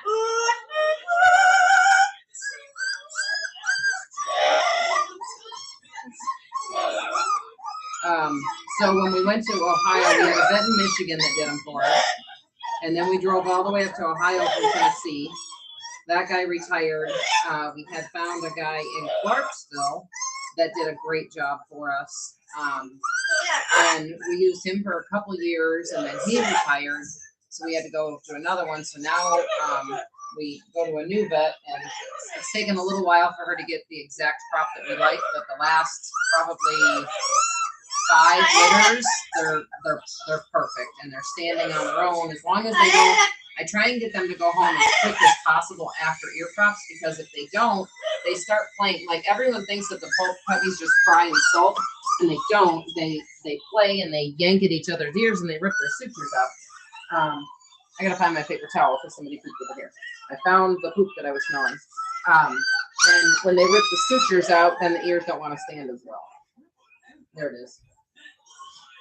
So we try to get them. That's why we let people know, you know, exactly when they're getting their ears cropped, when they're going home, so that we can plan to have them, whether it's us delivering them, getting on a plane, whatever the situation may be, people coming to get them. We can plan to get everybody into their families sooner than later, so that they aren't messing up their ear crop, because we all pay good money for the ear crops. Yes, he is a foodie. Tails being cropped longer in recent years. Yes, so typically they're when they're done, they're about 1 inch. So I always tell our vet kind of tapers each tail to each puppy. So there's a point when they have a long tail that it goes fatter, and then it kind of tapers in and goes skinnier, and that's where they take them. But it's approximately the length of from the tip of my nail to the knuckle on my thumb, and that's where they are supposed to be done. Now, a lot of times, if you see some that are really short, a breeder has done that because there was a kink in the tail, and they're docking them shorter than where the kink is. I think the last one we had that had a kink in the tail was, I want to say it was either Pebbles and Dora both had their litters at the same time. And it was a male out of one of those litters, and we didn't hide it. He went into a companion home. He doesn't have any problems with it. But they knew exactly. He was a stunning puppy, absolutely stunning puppy. But we didn't hide it. We didn't dock it so short that you couldn't tell it was there. It is what it is, and he's just as loved as if he didn't have a kinked tail. No idea where that came from. It was the first one we had seen in a long time. Knock on wood, we haven't seen one since. So some of that stuff is just genetics, and you never know where it comes from. But, to eliminate it in the future, you just make sure that those aren't dogs that are put into breeding. Where some breeders will sell anything with breeding rights, and that's, as we all know, that's just a no-no. All right, let's go get more puppy milk made. So they eat, it is, let's see. I want to say, so what they eat is 4 eggs, 2 teaspoons of Caro syrup, 40 ounces of condensed milk, 12 ounces of water, a full 4 cups of yogurt, and that is all blended up, and they go through that every single day.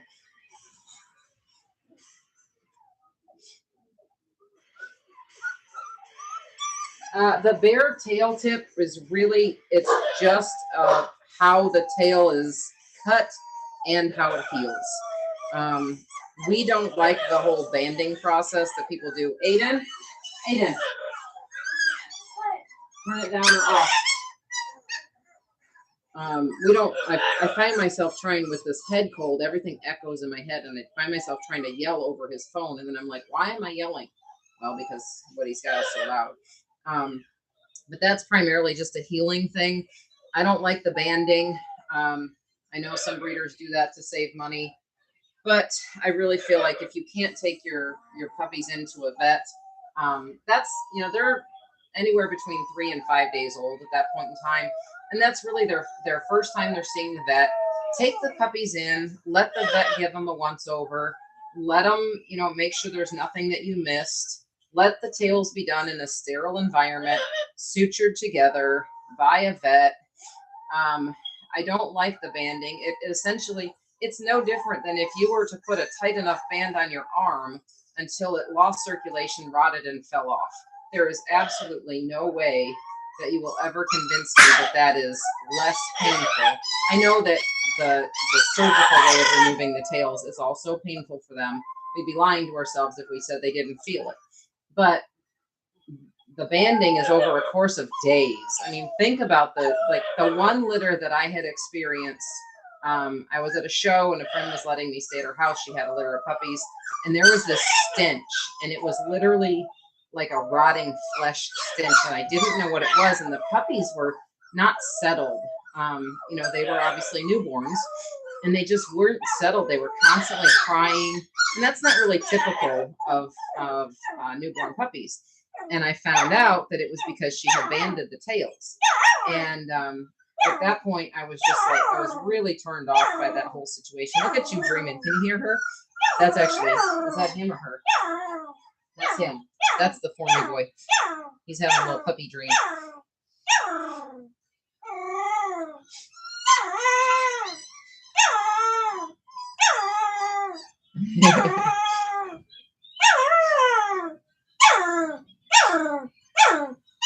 You barking at something. But yeah, I don't like the banding. I think it's Are you having a little puppy dream, or do you have gas? Do you have gas? I don't want to wake you up and start you screaming again, but if you got gas, I want to, oh boy, I'm waking up. Oh no, it wasn't gas. He was dreaming. You can't eat anymore. It's not possible. That was a little burp though. It sure was. Did you have a little gas bubble in there? Yeah, I think it's, like I said, if you can't take the time and spend, oh boy. I woke him up. Now I did it.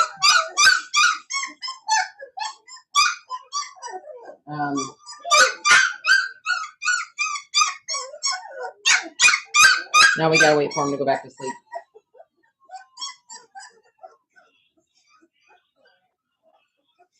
But I just feel like if you can't spend the money to take him into a vet and have it done properly, then like don't do it, right?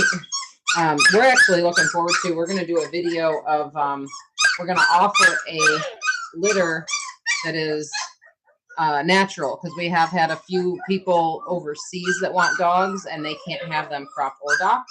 So once we get 6 people total who want natural ears and tails, we'll do that litter.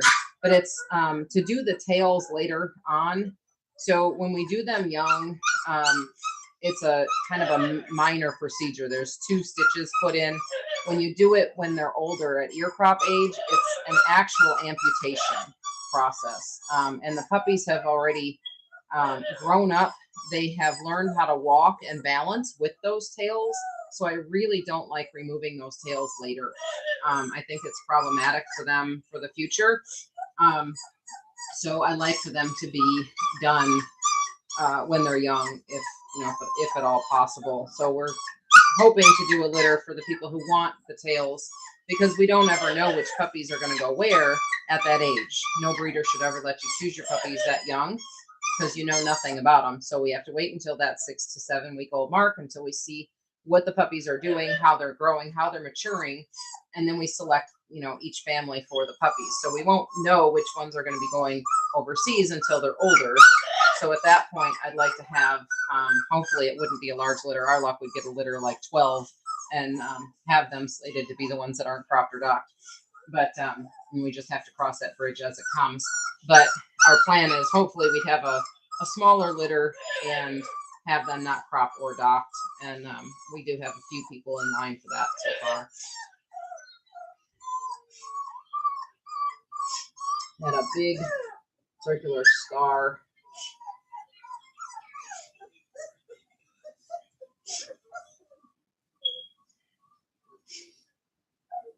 Interesting to see the tails be done or see them with the tails.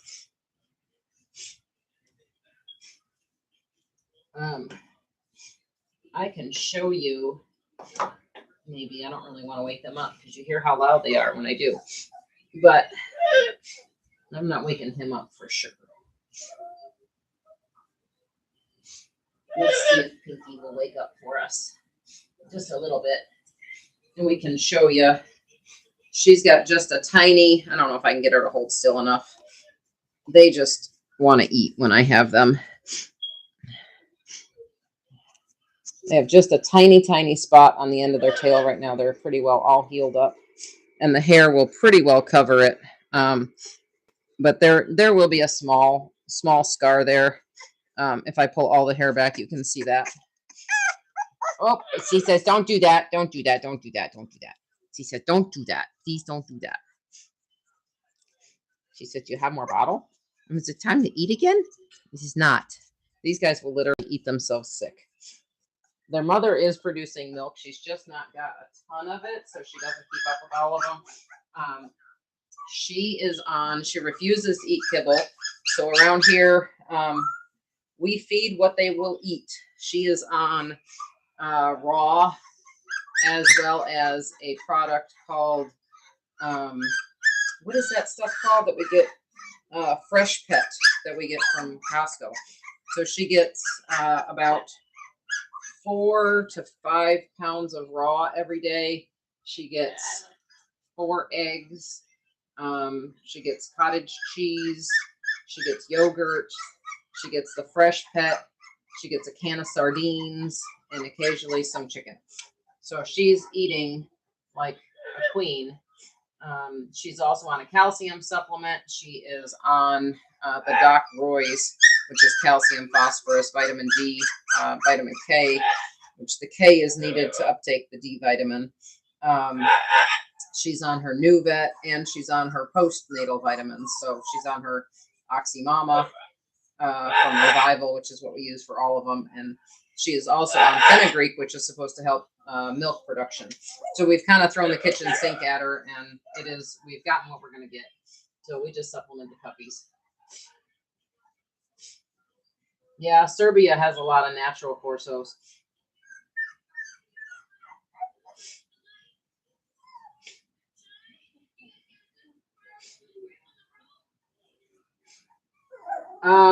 Look up for the Corsos with tails.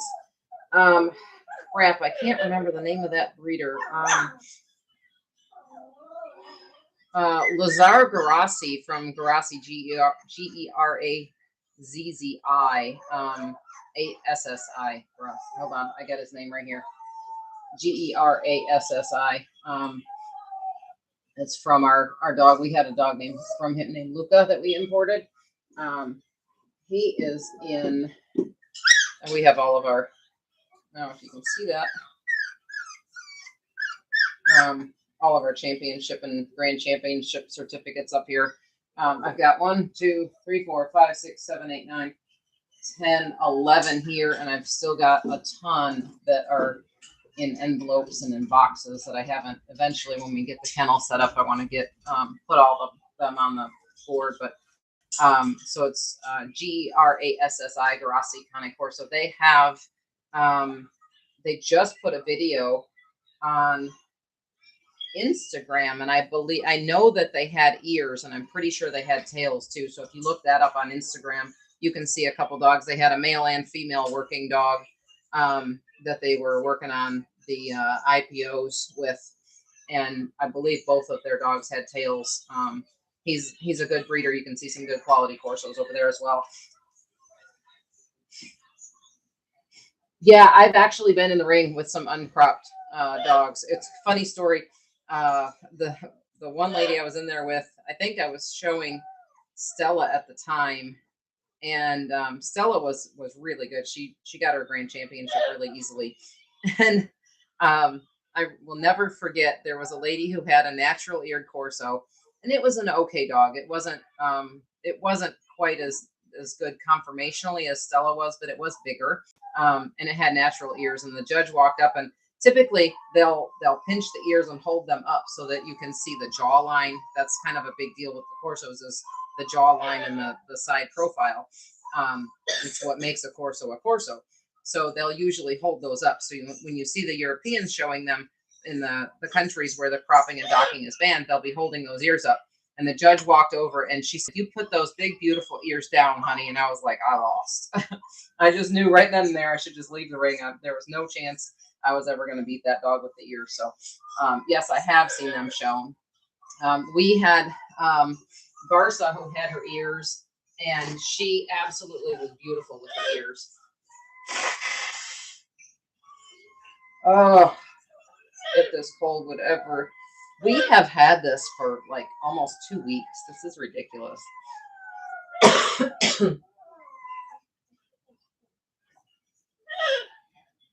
Yeah, you can show. So the standard for AKC says that you can show them with natural ears and tail. The tail cannot have any kinks in it if it's going to be shown with the natural ears and tail. So it's a good way to kind of eliminate those kinks out of the breeding program. Oh. Well, who's crying?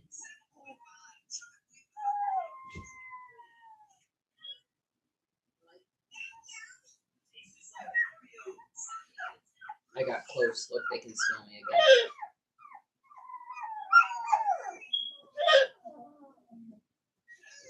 This one is not eating yet. He still needs to eat.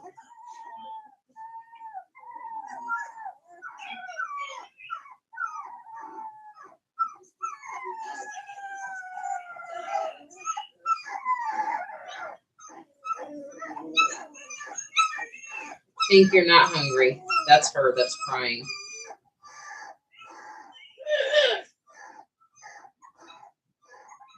He's dreaming again.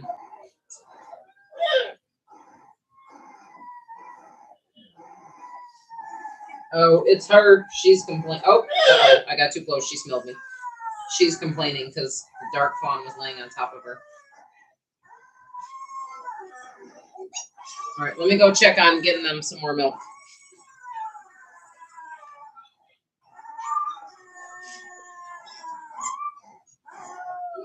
Yeah, Sungway Magnifica is I think they're in Serbia. Some controversy with their bloodlines, so I'm not really sure. We don't have any other dogs. We had one that had some in that bloodline, but I haven't seen a ton of their dogs just because we don't have that bloodline. So, but they probably are in an area where they're not cropping and docking. You can see quite a few of them. Serbia would be one area. Lazar is in Israel. I think Hungary. I don't know if they're allowed to show their crop either.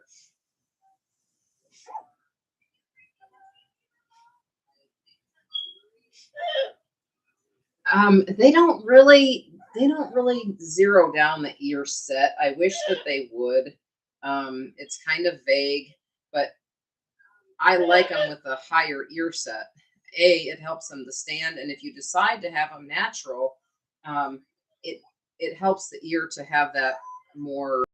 It doesn't look like a hound. That's the best way I can put it. They really look like a hound when they have a low ear set. So that's something that for people who want a natural ear, it's something that I help look for in a puppy is a dog that's gonna have that ear and look good with that ear, not one that has a low ear set.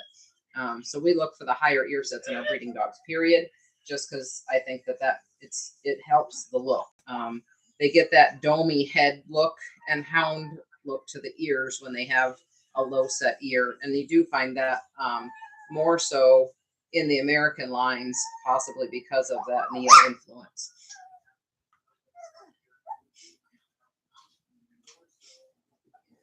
Okay, I'm gonna run. I'll be right back. I'm gonna run and check on the bottle situation because we got to get the pointed boy fed.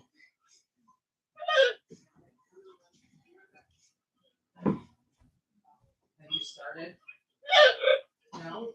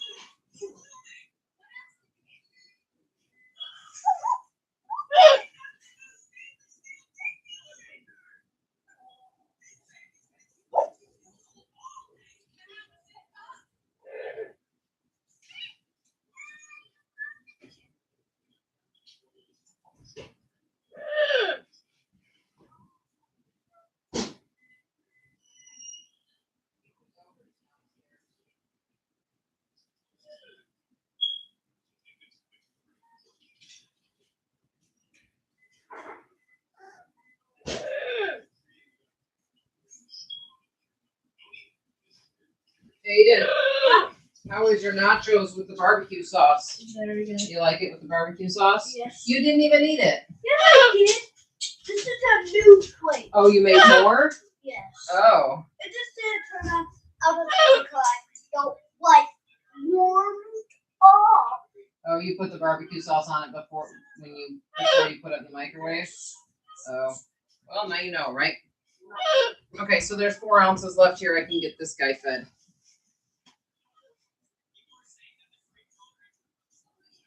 Yeah, I can't imagine trying to post a boxer or Dobie's ears. It would be really hard. A lot of them are dreaming, yeah. I'm sorry that you just woke up, sweetheart, but you're going to have to wait for the next batch because you did eat some. This guy hasn't eaten at all. I know, and there's only 4 ounces in here, and that's all for him. It's all for him.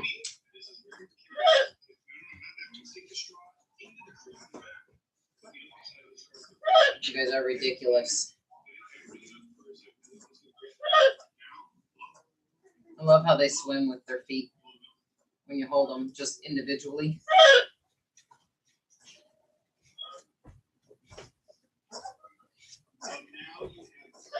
We can't bring Mom in here because Dora's in here. Hey, hey, hey, hey. No, you already ate. Has not eaten yet. You already ate. Now you got my finger in your mouth. They're starting to get teeth. They're about ready to start eating. We can start them on some puppy mush.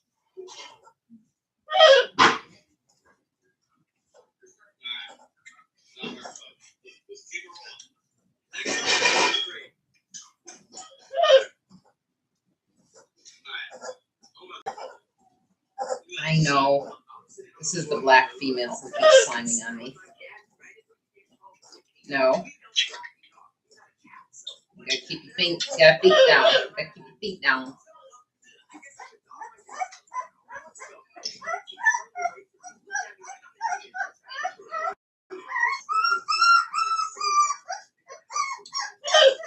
Good night. Good night. Thank you for joining us. Yes, he does. We'll see him. We'll see him grow up. But yeah, I agree. He does. I believe that Scudo did have that darker fawn.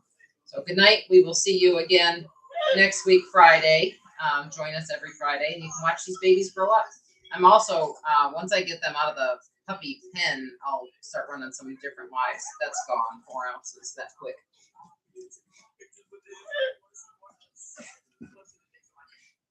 Oh my goodness, you have to burp now. Yep, you gotta burp quick, and then we'll go make some more milk. You guys can take a nap. Aiden. Aiden. Yep. Dora is sitting here outside the thing. You can see her. See her feet over there? She just loves the babies. She's such a good girl. You good girl, Dora. Yeah. And I would let, like, you can't even see, you can't really see her. See, in the TV, you can only see her feet. I could let her in here with them, and she would be great with the puppies, but I don't want the puppies to smell like Dora when they go back out to their mom.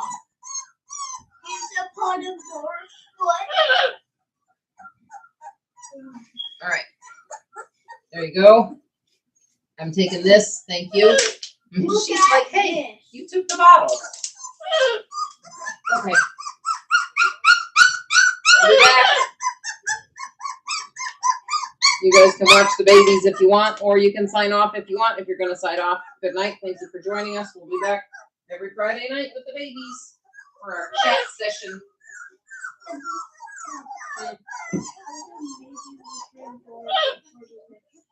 Oh, maybe Aiden says maybe we'll bring Dora in for the next one. Actually, I was thinking about letting Fig come in and let him introduce the puppies and put him in the little puppy pen, and you get to see how big he is in here compared to the puppies.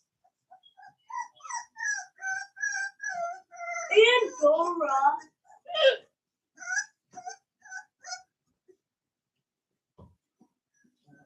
But Dora wants to let, Aiden wants to let Dora in there. We can do that.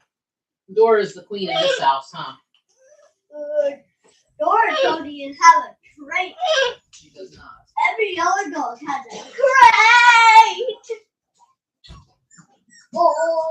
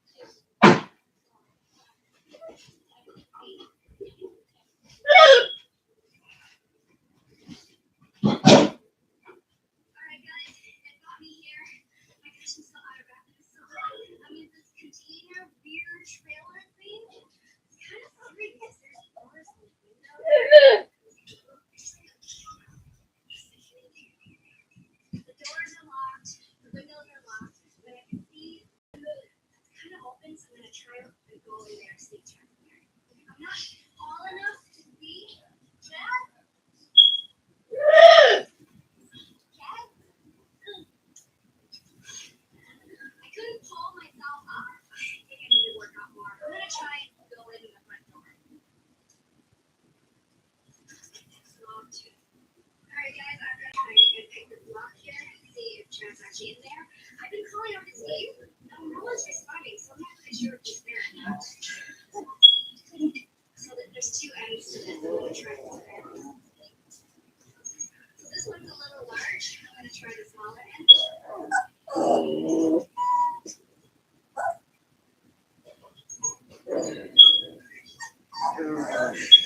This time.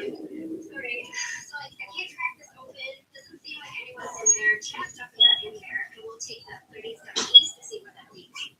1, 2, 3.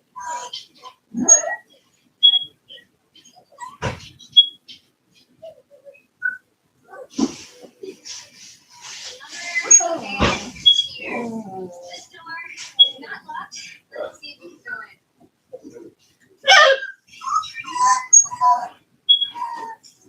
Oh man, there's a lock right here. Chad's actually in there before I tried picking it. Chad! Chad! Are you in here? Chad! You guys should come look at this place. Storage unit.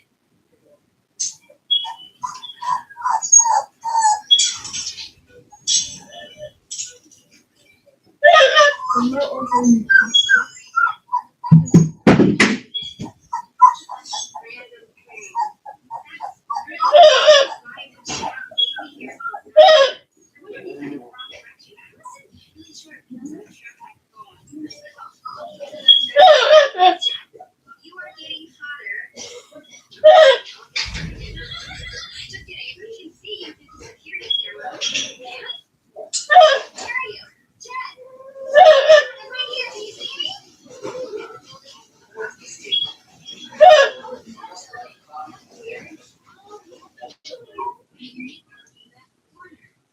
That's really good. It's a street. It's kind of far, so I guess I'm just going to start there. It's like 70 to that plate. Chad's just being really weird right now. But he's just here.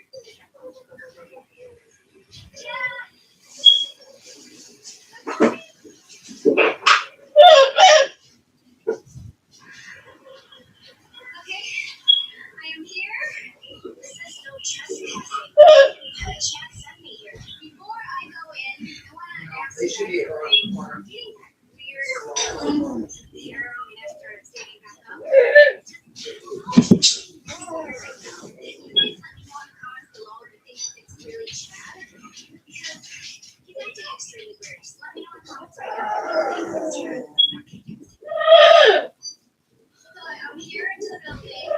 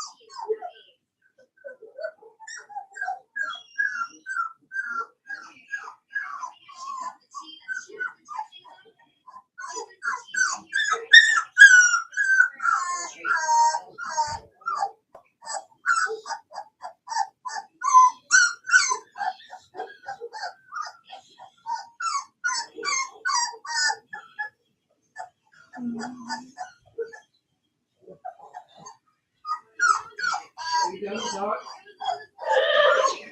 Okay. My phone died. Phone died.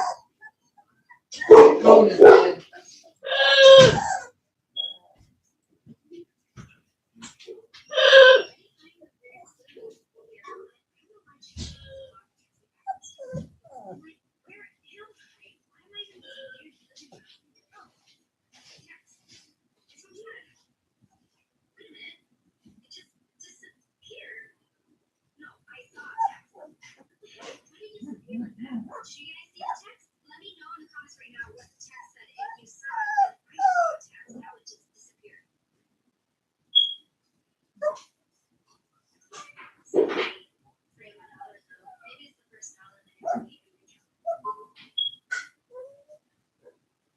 Very nice.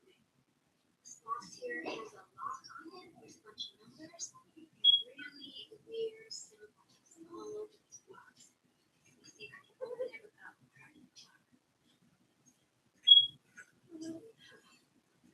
Of course, can't open it. So I'm gonna need you guys to help me. There's a 4-digit numbers right here.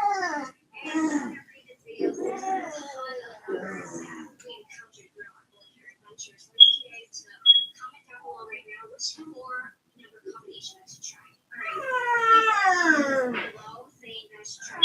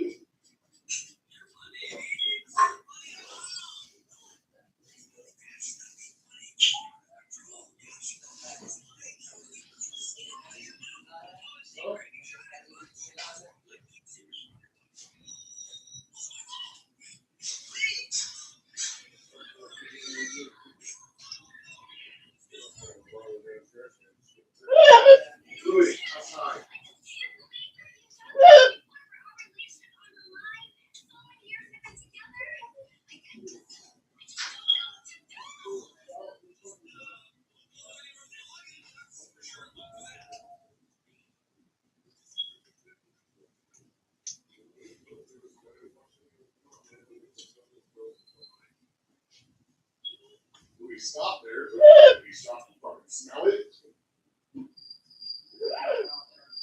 Or we actually hear it.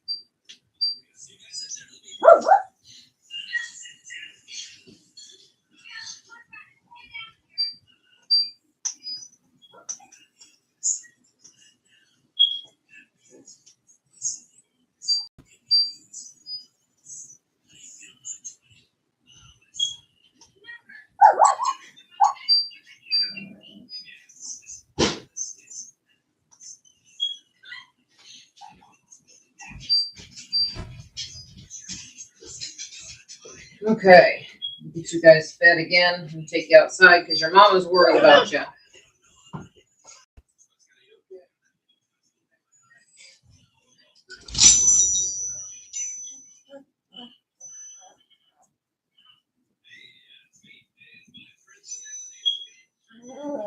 Okay. Couple ounces just to top you guys off. And then we're going outside with your mama. Yes, your mama worries about you. I know you're just napping in here, but your mama worries about you. Oh boy. Who just barked at me? That was the formy boy. He barked at me. Come here. You already got a big old belly. Come here. Turn around. Here. Only a couple ounces each. You're not going to overeat and throw up.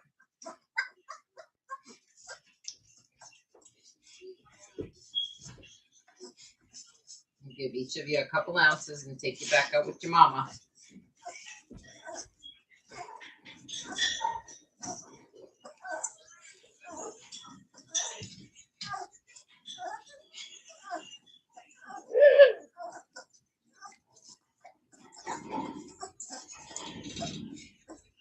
Oh my goodness, we're scratching me.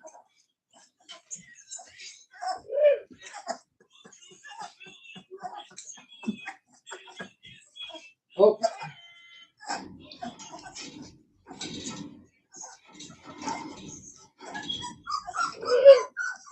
Okay, that's good. That's good.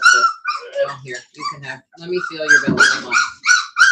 Yeah, you can have a little bit more. Here you go. A little bit.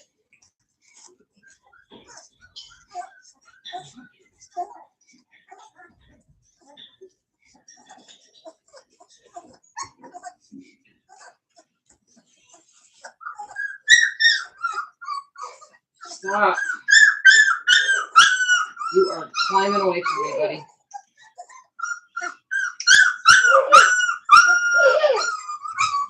Okay. That's plenty.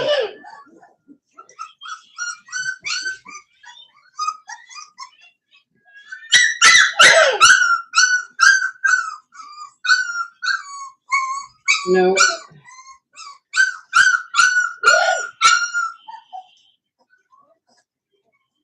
You need to burp. All right, let me see. Yep, you're good. Okay. Let me take these two out to the mama and we'll burp on the way. Two big old full bellies.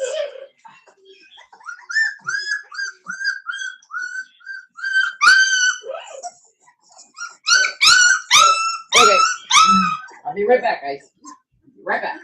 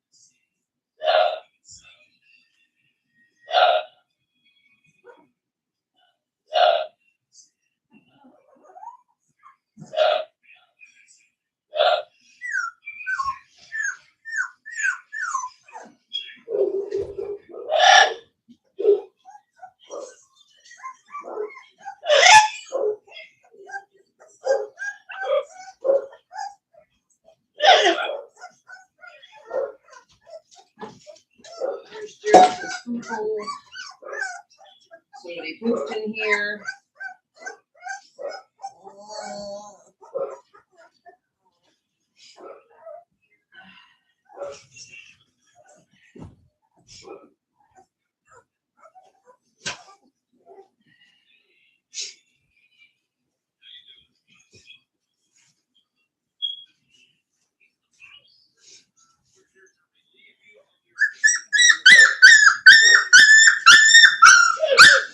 You guys are making less and less spots for me to be able to sit.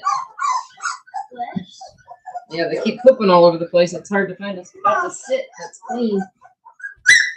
There's a very clean spot right here. Yeah, it looks like somebody might have peed there before. Okay, good. You can eat.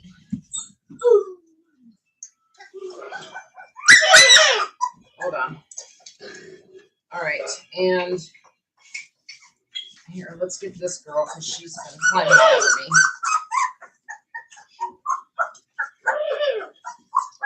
No. Ouch. Green, I found your collar out there. Using the box.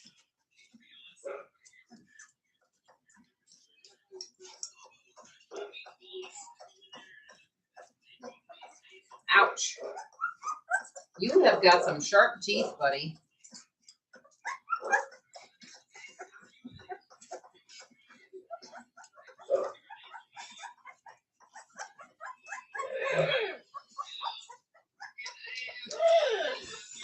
Oh.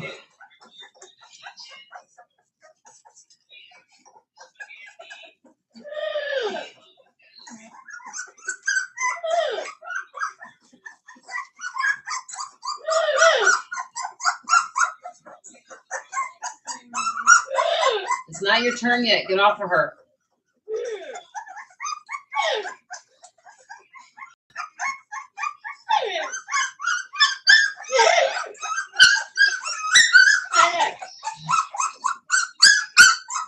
Here. Here, off. It's scratching me.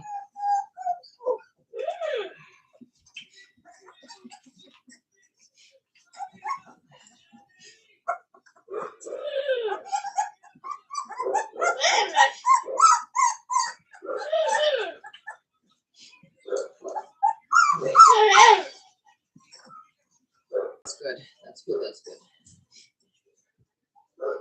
No. No.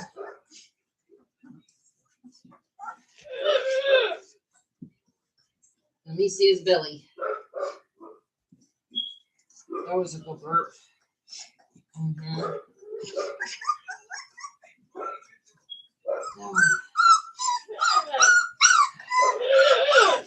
We just gotta wait a minute. Okay, that's good. Let's take you two out. You and you.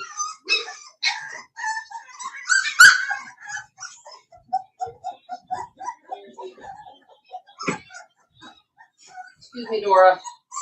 Excuse me, Dora. Thank you.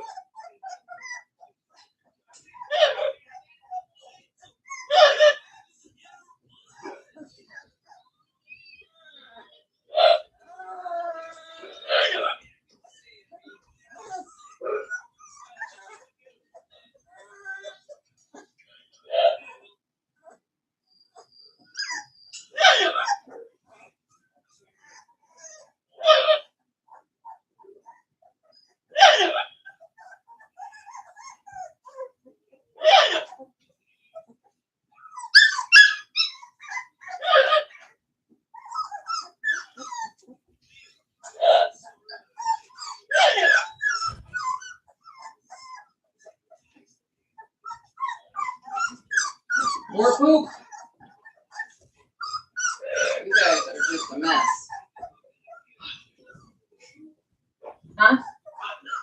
Yeah, just poop, poop, and more poop.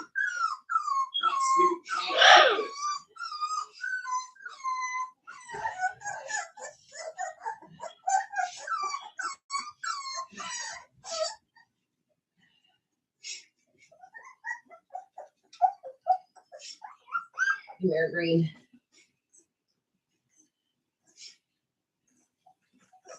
Your collar's out there I can put on for you.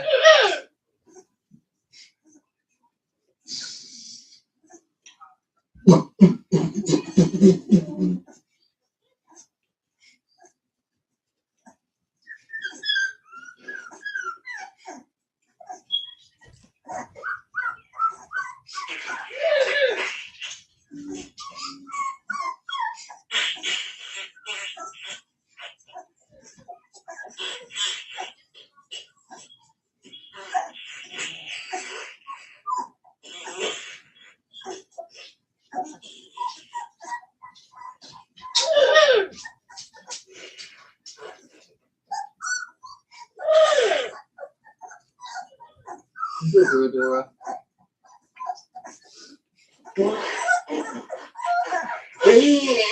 Eden. Supervisor.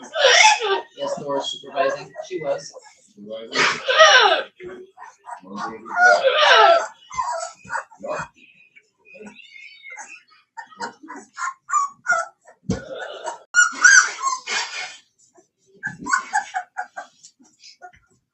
You gotta wait till next time. Don't start climbing all over everybody.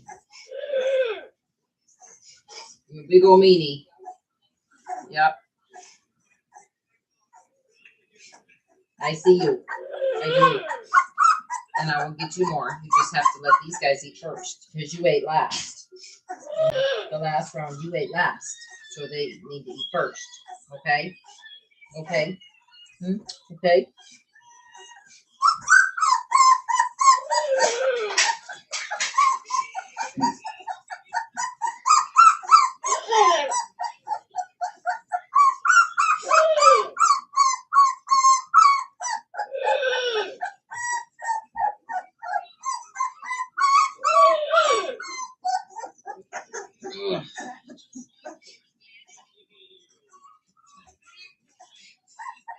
Is that gone, buddy? I think it's gone. Yep, it's gone.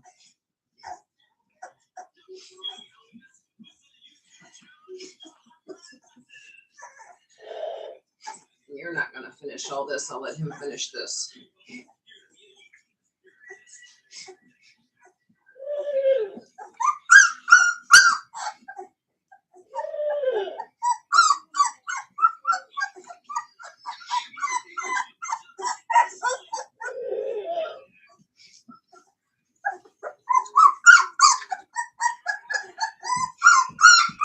Oh my gosh, you gotta wait.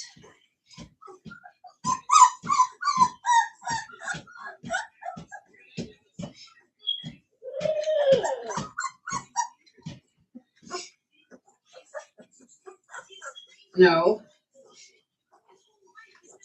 Okay. Here, buddy. You have the last swallow in here.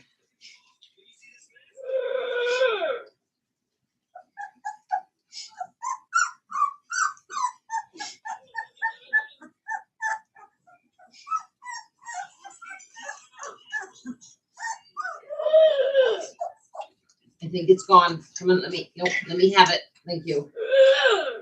Okay, you gotta move. And I gotta not step on you guys. Okay. We gotta get some more milk.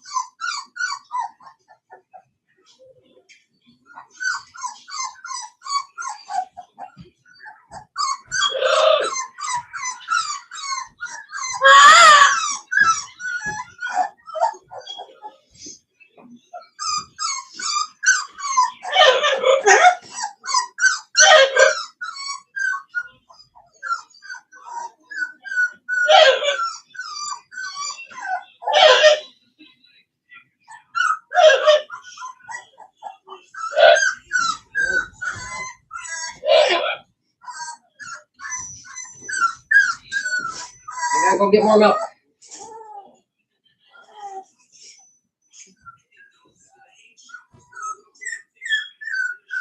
Obviously, he's got to get it out.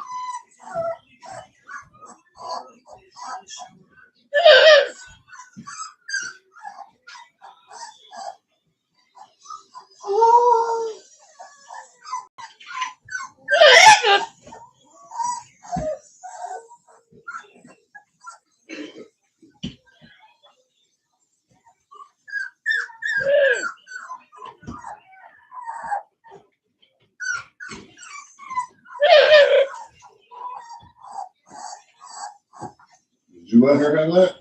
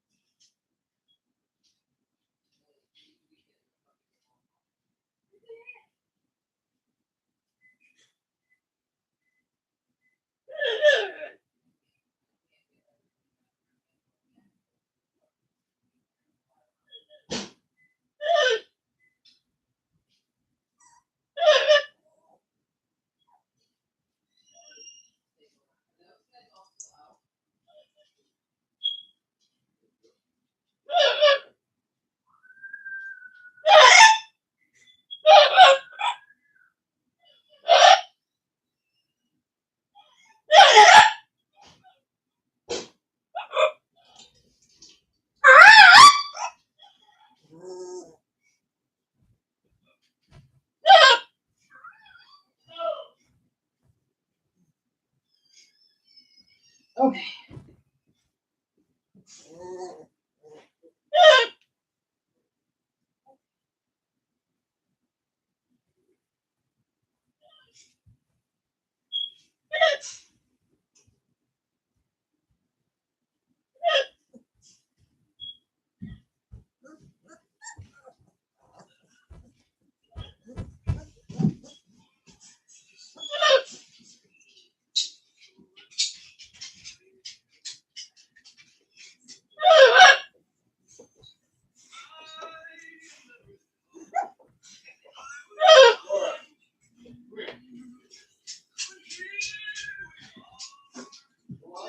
She just came in. Oh, I think I took it off of her.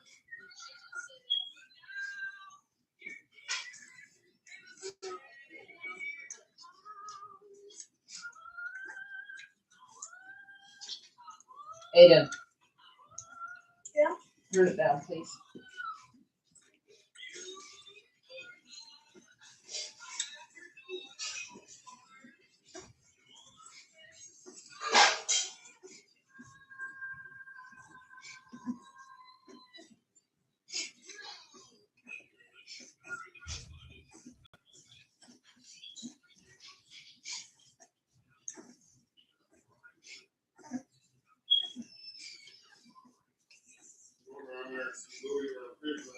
Okay.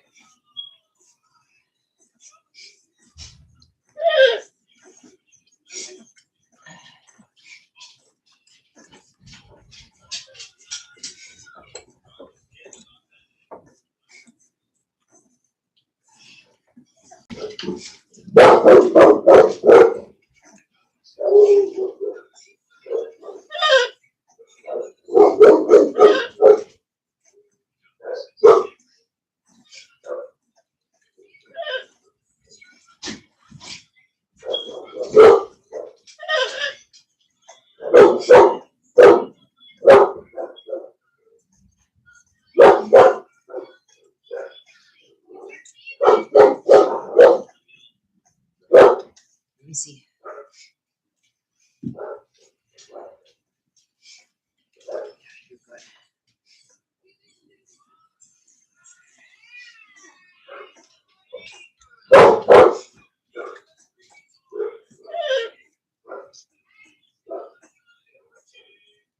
Let me look.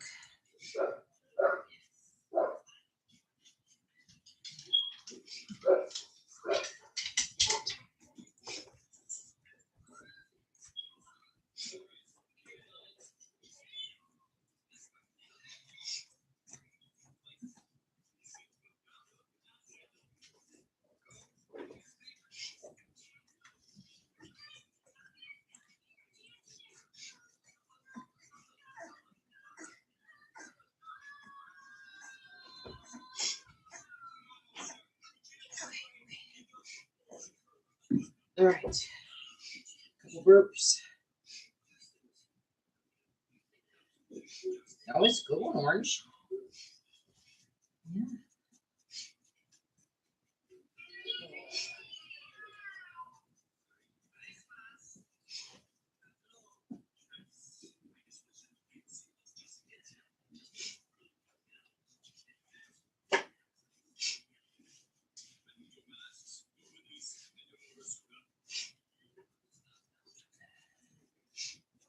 All right, ready?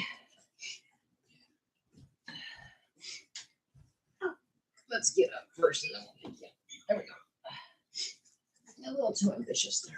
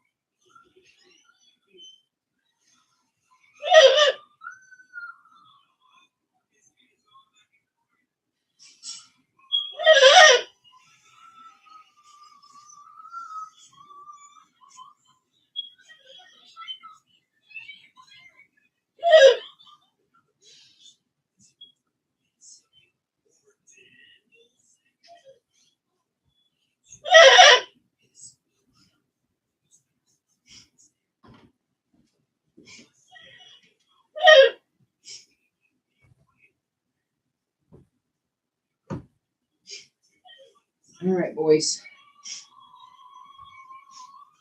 You are the last ones.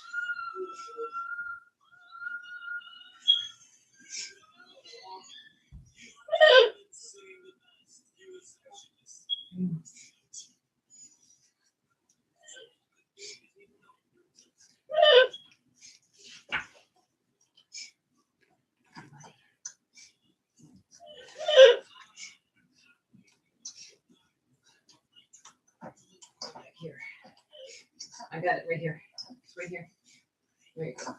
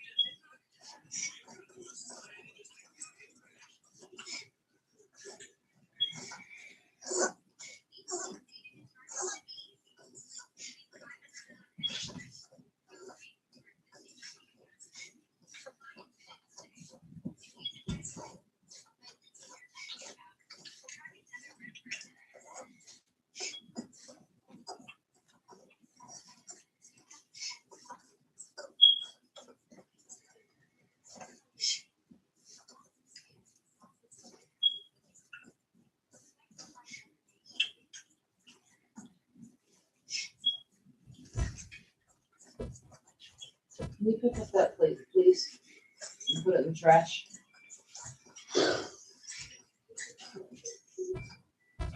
Come back this way. Okay. I'm going.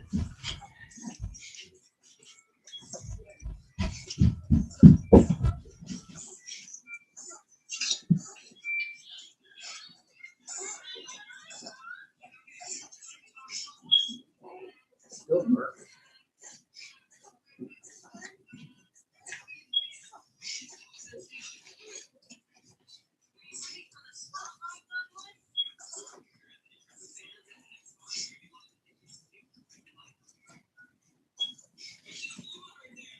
You're pretty full, buddy. Let's get a burp and then we'll take you out. All the toys picked up. Oh, that was a good one.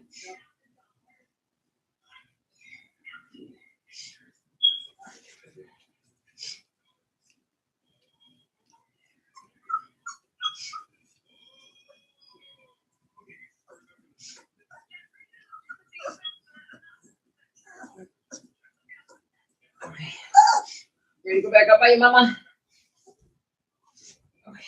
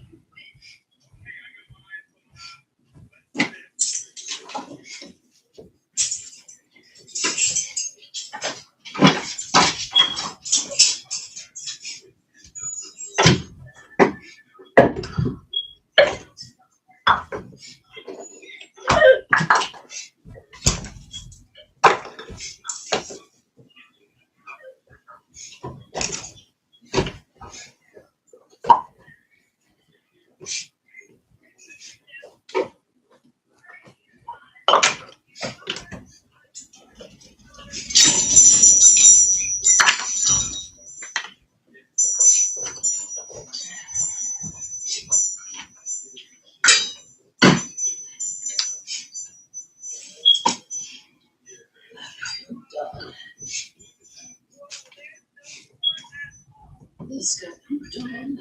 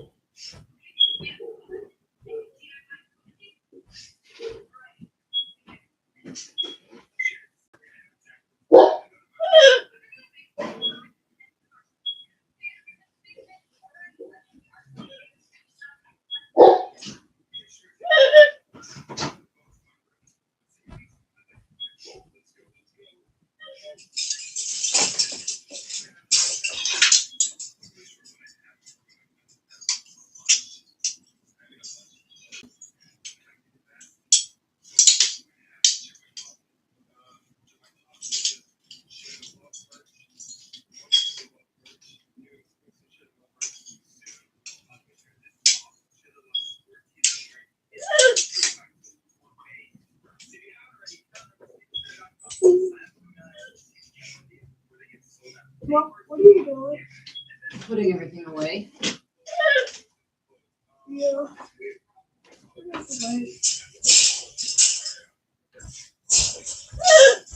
It's not late, but you know what I mean. It is late. Like puppy bedtime. Like. It's your bedtime late.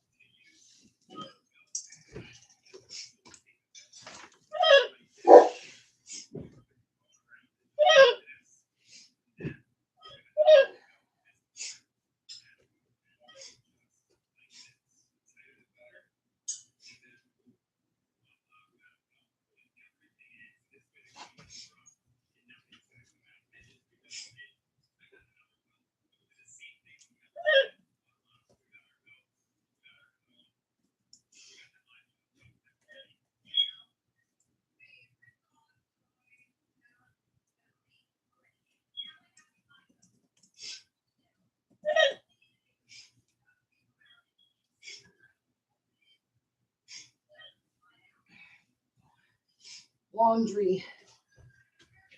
The rest of the night is just laundry and feeding and cleaning some more.